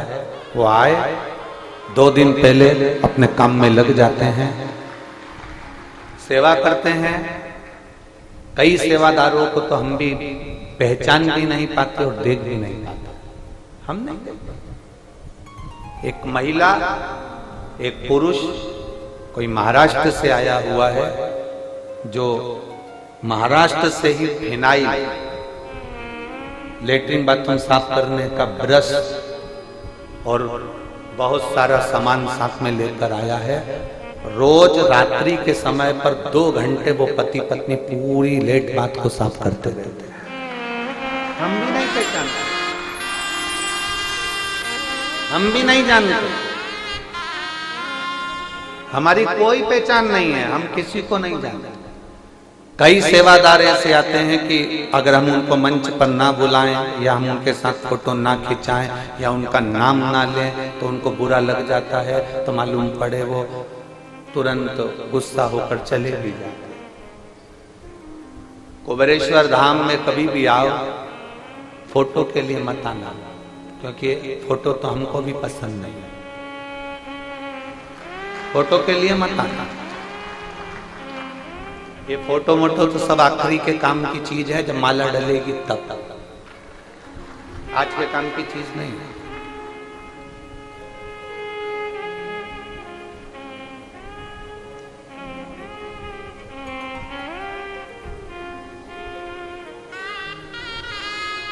आप मानेंगे नहीं।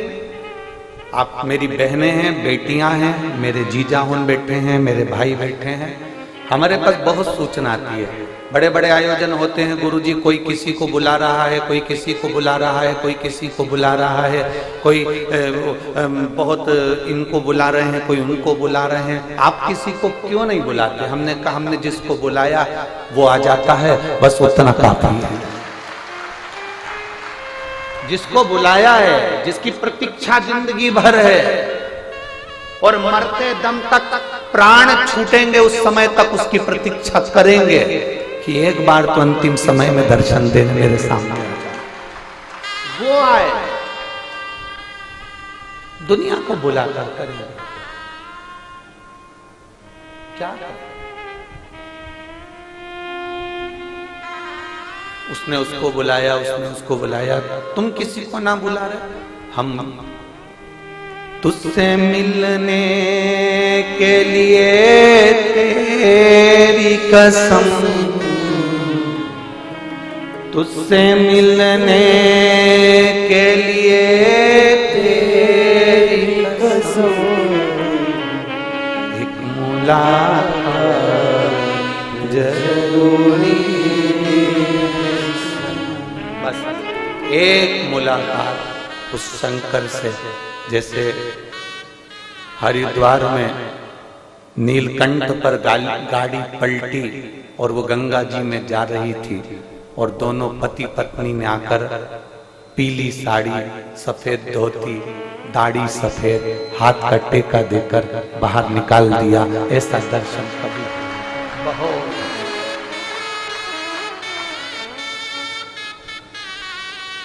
ओ तुझसे मिलने के लिए तेरी कसम, एक मुलाकात जरूरी,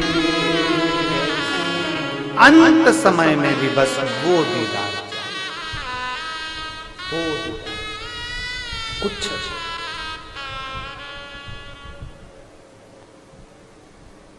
केवल वो दीदार और कुछ।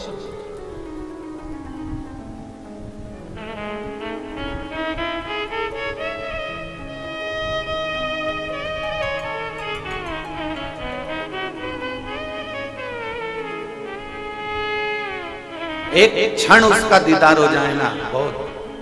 7 दिन की कथा में आप लोग आए हो ना, बैग ले लेकर, जहां सोते हो ना, जहां जाते हो ना, इस कुबेरेश्वर धाम की पवित्र कंकर शंकर की भूमि पर जहां घूमते हो ना, एक दीदार उस परमात्मा का करने का प्रयास करना। तुम जिद पकड़ कर रखना, जिद जिद पकड़ोगे सुनेगा। एक पत्र है,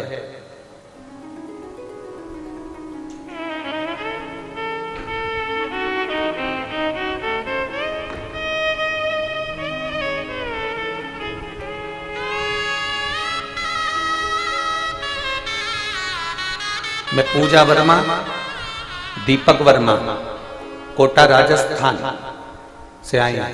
हाथ हिलाइए एक बार। श्री शिवाय नमस्ते। आप ही हैं? दोनों हाथ हिला दो एक बार। मैं पूजा वर्मा, दीपक वर्मा, कोटा राजस्थान से। एक लोटे जल का मैं क्या वर्णन करूं गुरुदेव? चोंगे जैसी आवाज आ रही है, उसको सेट करो, थोड़ा सेटिंग मिलाइए, तब होगा।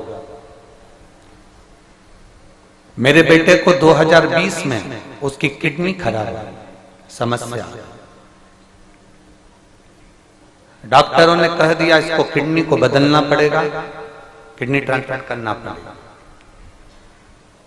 बहुत तकलीफ आ गई, आंखों में अश्रु भरा रहता, रोते, बेटे की हालत देखकर तकलीफ होती। करें तो करें क्या?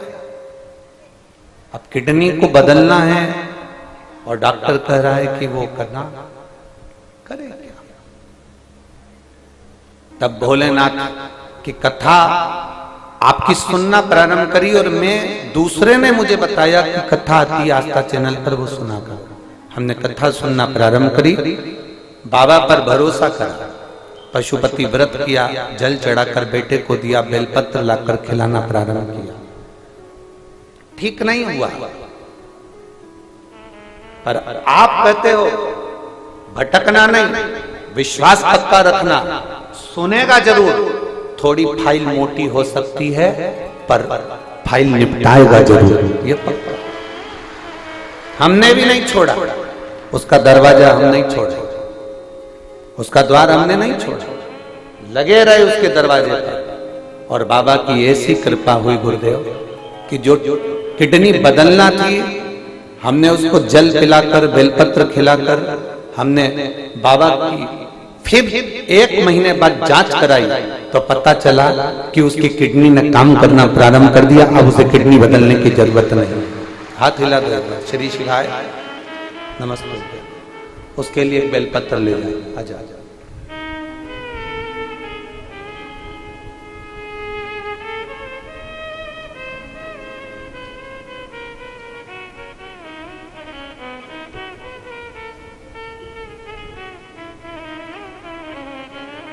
एक जिद परमात्मा से मिलने की होना चाहिए, एक जिद उस परमात्मा को पाने की होना चाहिए।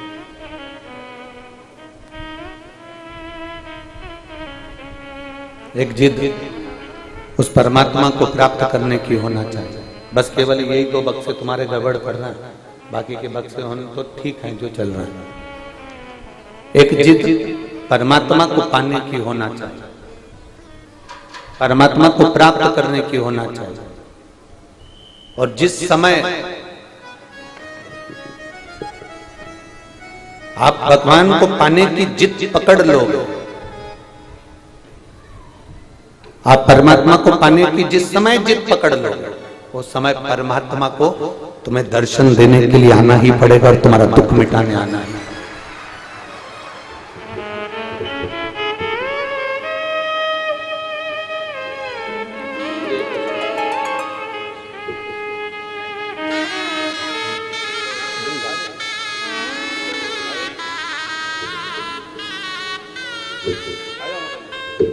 एक भरोसा दृढ़ रखिए, एक विश्वास दृढ़ रखिए। जितना भरोसा दृढ़ रखोगे, जितना विश्वास दृढ़ रखोगे,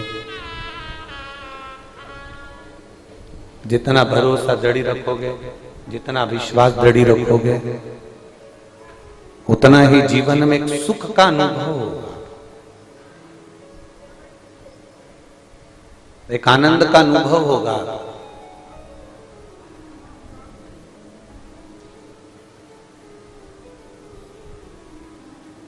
कभी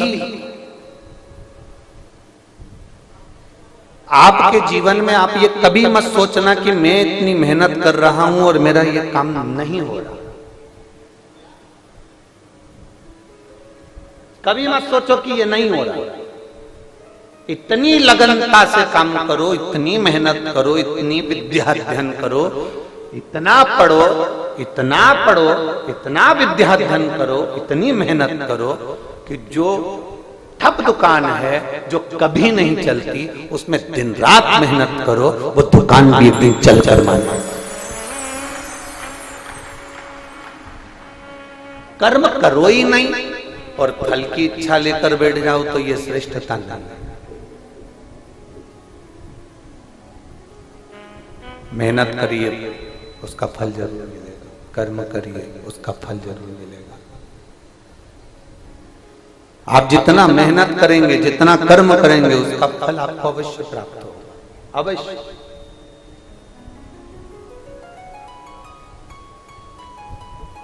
उसका फल आपको अवश्य मिलेगा। बस मेहनत में बल लगाना।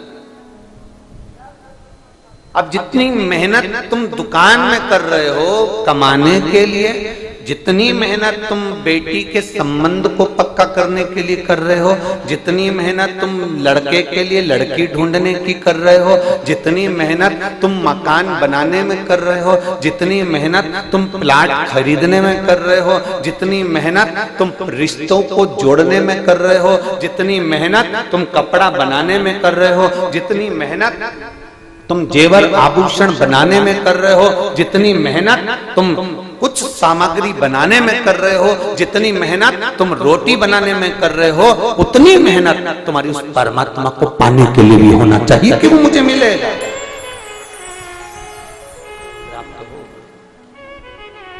वो मेहनत तुम्हारी होना चाहिए।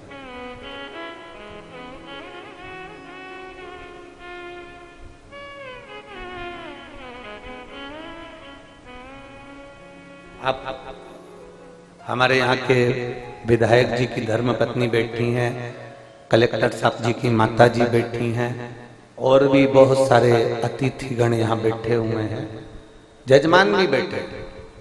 और इन सब अतिथि गणों से और सीहोर में भी जाकर पूछना, इतने सारे अतिथि हैं, इतने सारे बहुत सारे धनपति करोड़पति सब शहर के अंदर भी रहते हैं। कभी किसी से पूछना कि कुबेरेश्वर धाम की कोई पत्रिका, रुद्राक्ष उत्सव की कोई पत्रिका, कोई लेटर आपके पास में पत्रिका के रूप में कभी जिंदगी में आया क्या? पूछना कभी जाकर। किसी के यहाँ कुबेरेश्वर धाम का रुद्राक्ष उत्सव का कोई पत्र नहीं भेजा जाता। कारण शंकर के पास जाने के लिए पत्र की जरूरत नहीं होती, पात्रता की जरूरत होती।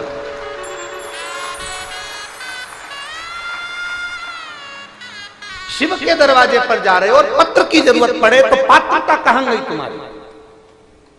पात्रता तुम में है, मतलब तुम इतने विद्वान हो, तुम्हारी पात्रता इतनी प्रबल है कि तुम प्रणाम करने के लिए, नमन करने के लिए, भोलेनाथ को पाने के लिए पात्रवान बनकर उसके पास।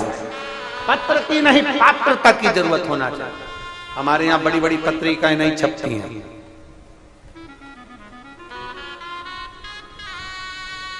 हमारे यहाँ बड़े बड़े निमंत्रण पत्र नहीं छपते। बाबा के दरवाजे का बस केवल टीवी के माध्यम से हम आपको बोल देते हैं कि तुम्हारे मायके में आयोजन है, और मेरी जीजियां पोटला बांध बांध के मायके आ जाती हैं।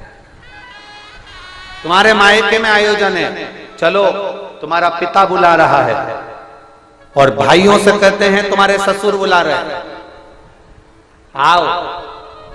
बेटियों से कहते हैं तुम्हारा पिता है, बेटों से कहते हैं तुम्हारा पिता है, आओ। उस पिता से अपने दिल की बात 7 दिन रहकर अपने मन की बात उससे कह कर जाओ। जब जमीन पर सोओगे कंकर शंकर की भूमि पर, शरीर में कष्ट पड़ेगा।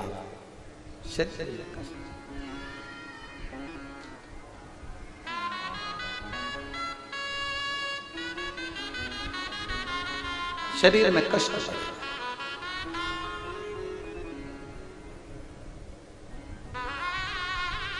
और शरीर में कष्ट पड़ेगा, पांव दुख रहा है, पीठ दुख रही है, शरीर में कष्ट है, आप रात में करवट बदल रहे हैं, थोड़ा सा दर्द हो रहा है, आप किससे कहें? जो कंकर पर सोए हो वो कुबेरेश्वर धाम का शंकर है, वो आपके दिल की आह सुनकर आपको ठीक कर कर भेजे। कुबेरेश्वर धाम का कंकर नहीं, वो शंकर है, आपके आहा सुनकर वो आपको ठीक कर कर भेजता।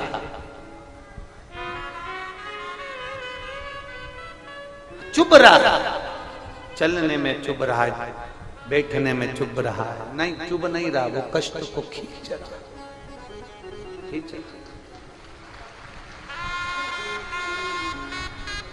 जितना आपके हम कहें, आप सब तो बहुत, सबकी सब बहुत आनंद में हो।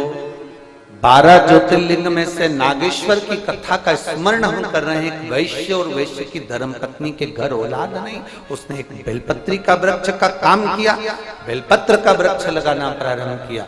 बेलपत्र का वृक्ष लगाते लगाते लगाते लगाते शिव की कृपा एक दिन ऐसी हो गई कि पत्नी का गर्भ ठहर गया, और उसके गर्भ से बेटे ने जन्म ले लिया।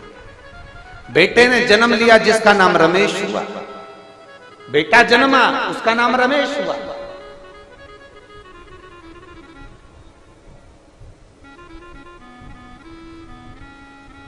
तभी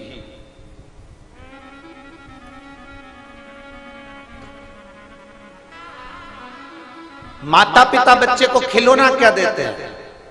आज के जमाने में और पूर्व समय के खिलौने में अंतर आ गया। पहले के बच्चों को खिलौने में गाड़ी दी जाती थी 3 पहिए की। पहले के समय के खिलौने में बच्चे को झुनझुना दिया जाता था। पहले के समय के खिलौने में गेंद दी जाती थी। आज के जमाने में माँ बाप अपने बच्चे को खिलौने की दुकान पर ले जाएं और खिलौने की दुकान के सारे खिलौने रख दिए जाएं, तो आज की औलाद झुनझुना नहीं उठाती, सामान नहीं उठाती, केवल बंदूक उठाती है।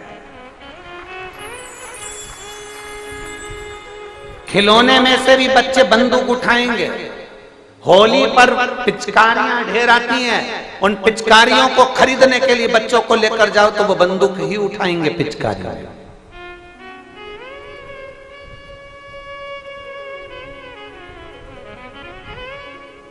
और माता पिता भी इतने प्रसन्न होते हैं और बंदूक दिलाने का प्रयास करते हैं, बड़ी बंदूक दिलाओ, बड़ी छोटी बंदूक दिलाओ।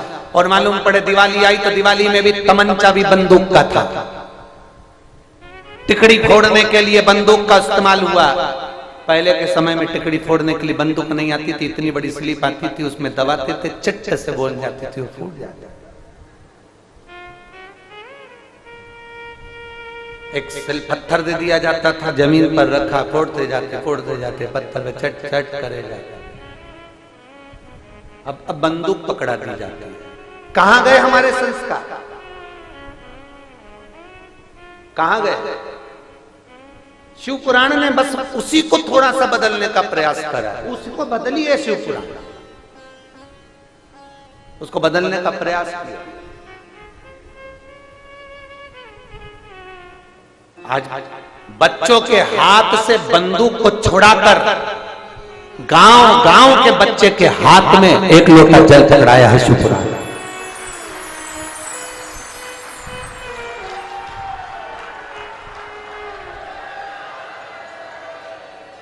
शिव पुराण ने उस बंदूक को छुड़ाकर एक लोटा जल पकड़ाया।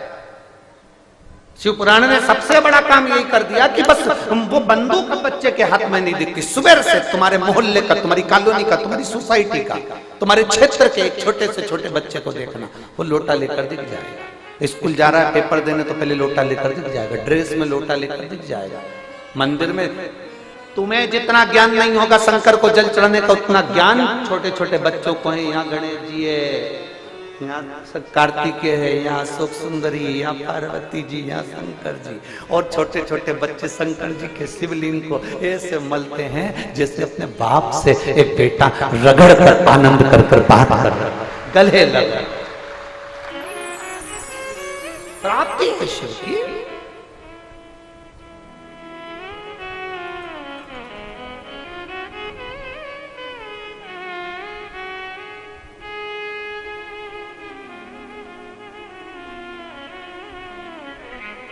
हम भूल गए एक अयोध्या में एक भाई मिले थे अयोध्या, जब हम राम जी की प्राण प्रतिष्ठा महोत्सव में पहुंचे थे।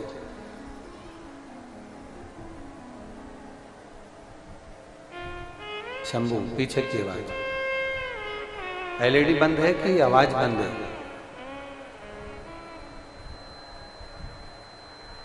शंभू एलईडियां बंद है कि आवाज नहीं आ रही है?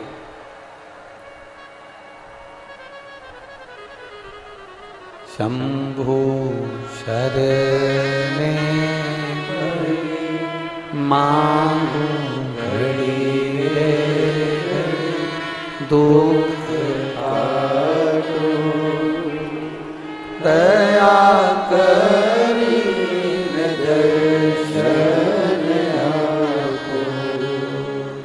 शंभु शरण पड़ी मांगू घड़ी रे घड़ी दुख काटो दया करी दर्शन आपो।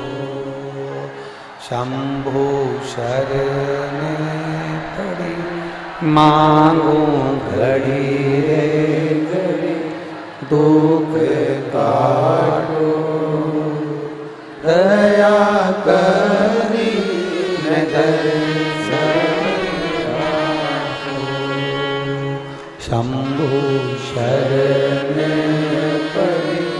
मांगो घड़ी रे घड़ी दुख काटो दया करी न दर्शन आपो शंभु शरण पड़ी मांगो घड़ी रे घड़ी दुख काटो दया करी दर्शन आपो।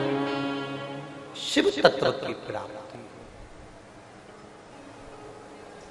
शंभु ओघड़दानी है, त्रिकालदर्शी है, कैलाशी है, अविनाशी है। उसको पहचानना कठिन है, उसको जानना कठिन। और जो जान गया शंकर को, जो पहचान गया शिव को, उसकी जिंदगी सार्थक है।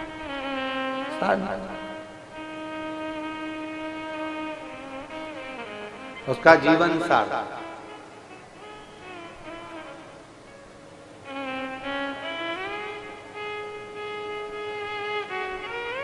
तेरे दरबार की बाबा निराली शान देखी है, तेरे दरबार की बाबा निराली शान देखी है। तुझे देते नहीं देखा पर झोली भरी देखी है।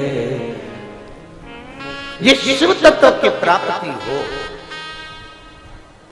बच्चों को पकड़ाई जाती है बंदूक, पर शंकर भगवान की कथा ने उनको जल का पात्र पकड़ाया। सारी समस्या का हल एक लोटा। उसको पुकारो, तुम्हारे सामने आकर खड़ा हो जाए। तुम्हारे सामने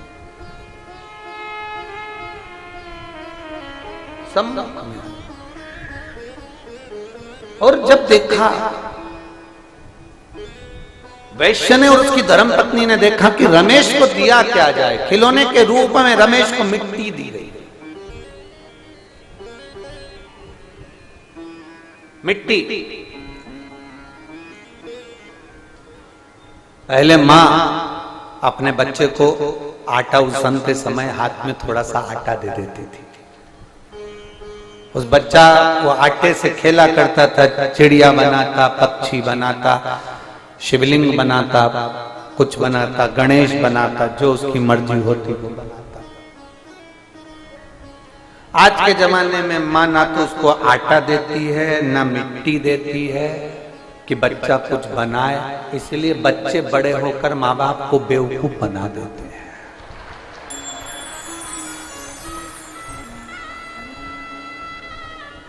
तुमने बचपन में उसको कुछ निर्माण करना सिखाया ही नहीं। अगर बचपन में निर्माण करना सिखा देते, बच्चे का निर्माण बाल्यावस्था में हो जाता है। आप उसको निर्माण करना सिखा देते और उसको बता देते कि देखो ये मिट्टी है, इस मिट्टी से पार्थिव शिवलिंग का निर्माण करना है, इस मिट्टी से तुम्हें गणेश बनाना, इस मिट्टी से तुम्हें देवी बनाना, इस मिट्टी से तुम्हें ऐसा करना।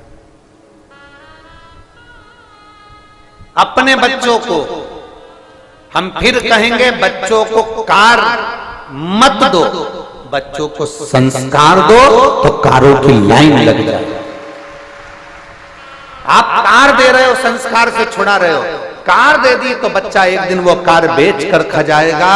अगर संस्कार होंगे तो बच्चा कारों की भी लाइन लगा देगा, ढेर लाइन लगा कर खड़े कर देगा कारी का।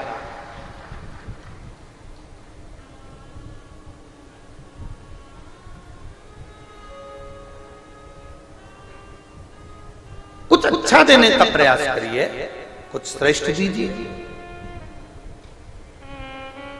कितना मेरे देवाधिदेव महादेव ने, मेरे भगवान शंकर ने, मेरे ओघड़दानी ने,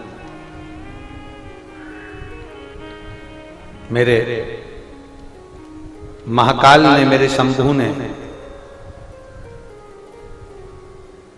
दुनिया को श्रेष्ठता दी। शंकर भगवान के चक्र का नाम क्या है?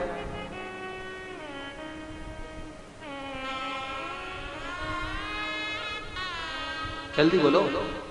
शिव जी के चक्र का नाम क्या है? एक चक्र तो भगवान शंकर ने जो निर्माण करा था, जो भगवान शंकर ने निर्माण किया था, वो चक्र भगवान शंकर ने निर्माण कर वो चक्र माता भगवान शंकर ने वो निर्माण कर चक्र भगवान विष्णु को दिया था, जिसका नाम जम के बोलिए सुदर्शन चक्र। भगवान नारायण उस चक्र को माता पार्वती जी को दे देते हैं जब माता पार्वती जी नारायण जी से मिलने के लिए आती। जगदम्बा के पास में वो सुदर्शन चक्र आ गया था तो जगदम्बा जी ने वो सुदर्शन चक्र भगवान परशुराम जी को दे दिया। परशुराम भगवान ने वो सुदर्शन चक्र उठाकर भगवान कृष्ण को दे दिया। तो भगवान कृष्ण क्या कहलाए थे? जम के बोलो सुदर्शन चक्र धारा। ये तो हो गई सुदर्शन चक्र की लीला। शिवजी के चक्र का नाम क्या था? भगवान शंकर के पास जो चक्र था, जो चक्र साधारण नहीं था,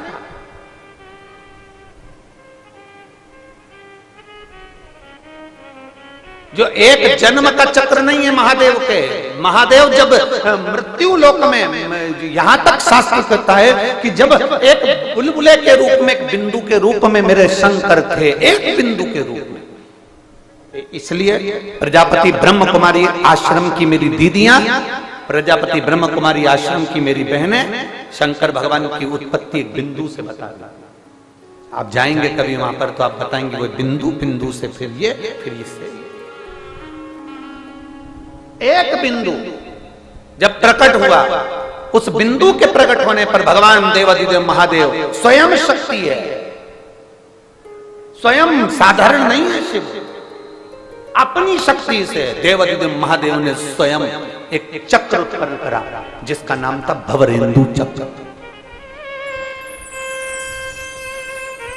जिसका नाम है भवरेंदु चक्र, जिसको भगवान शंकर स्वयं उत्पन्न कर लेते स्वयं।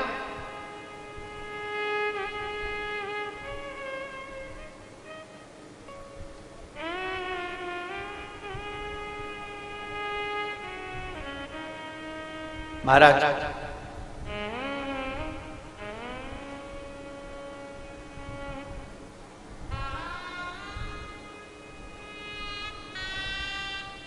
हमारे यहां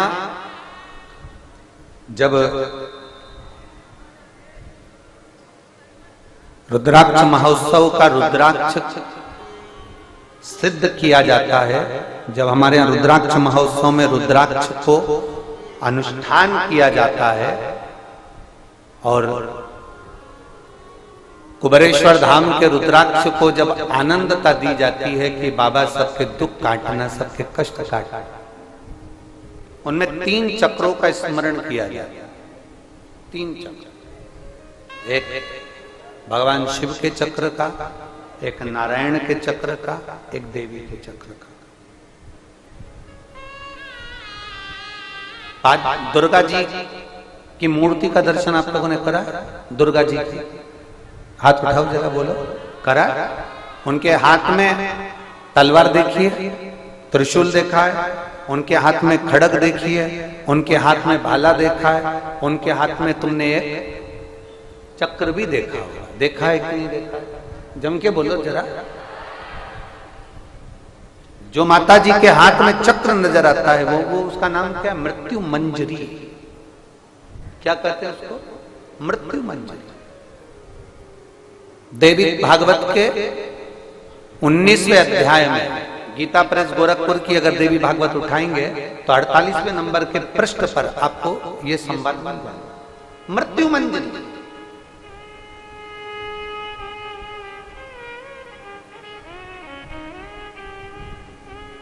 देवी का जो चक्र है वो मृत्यु मंजरी का है।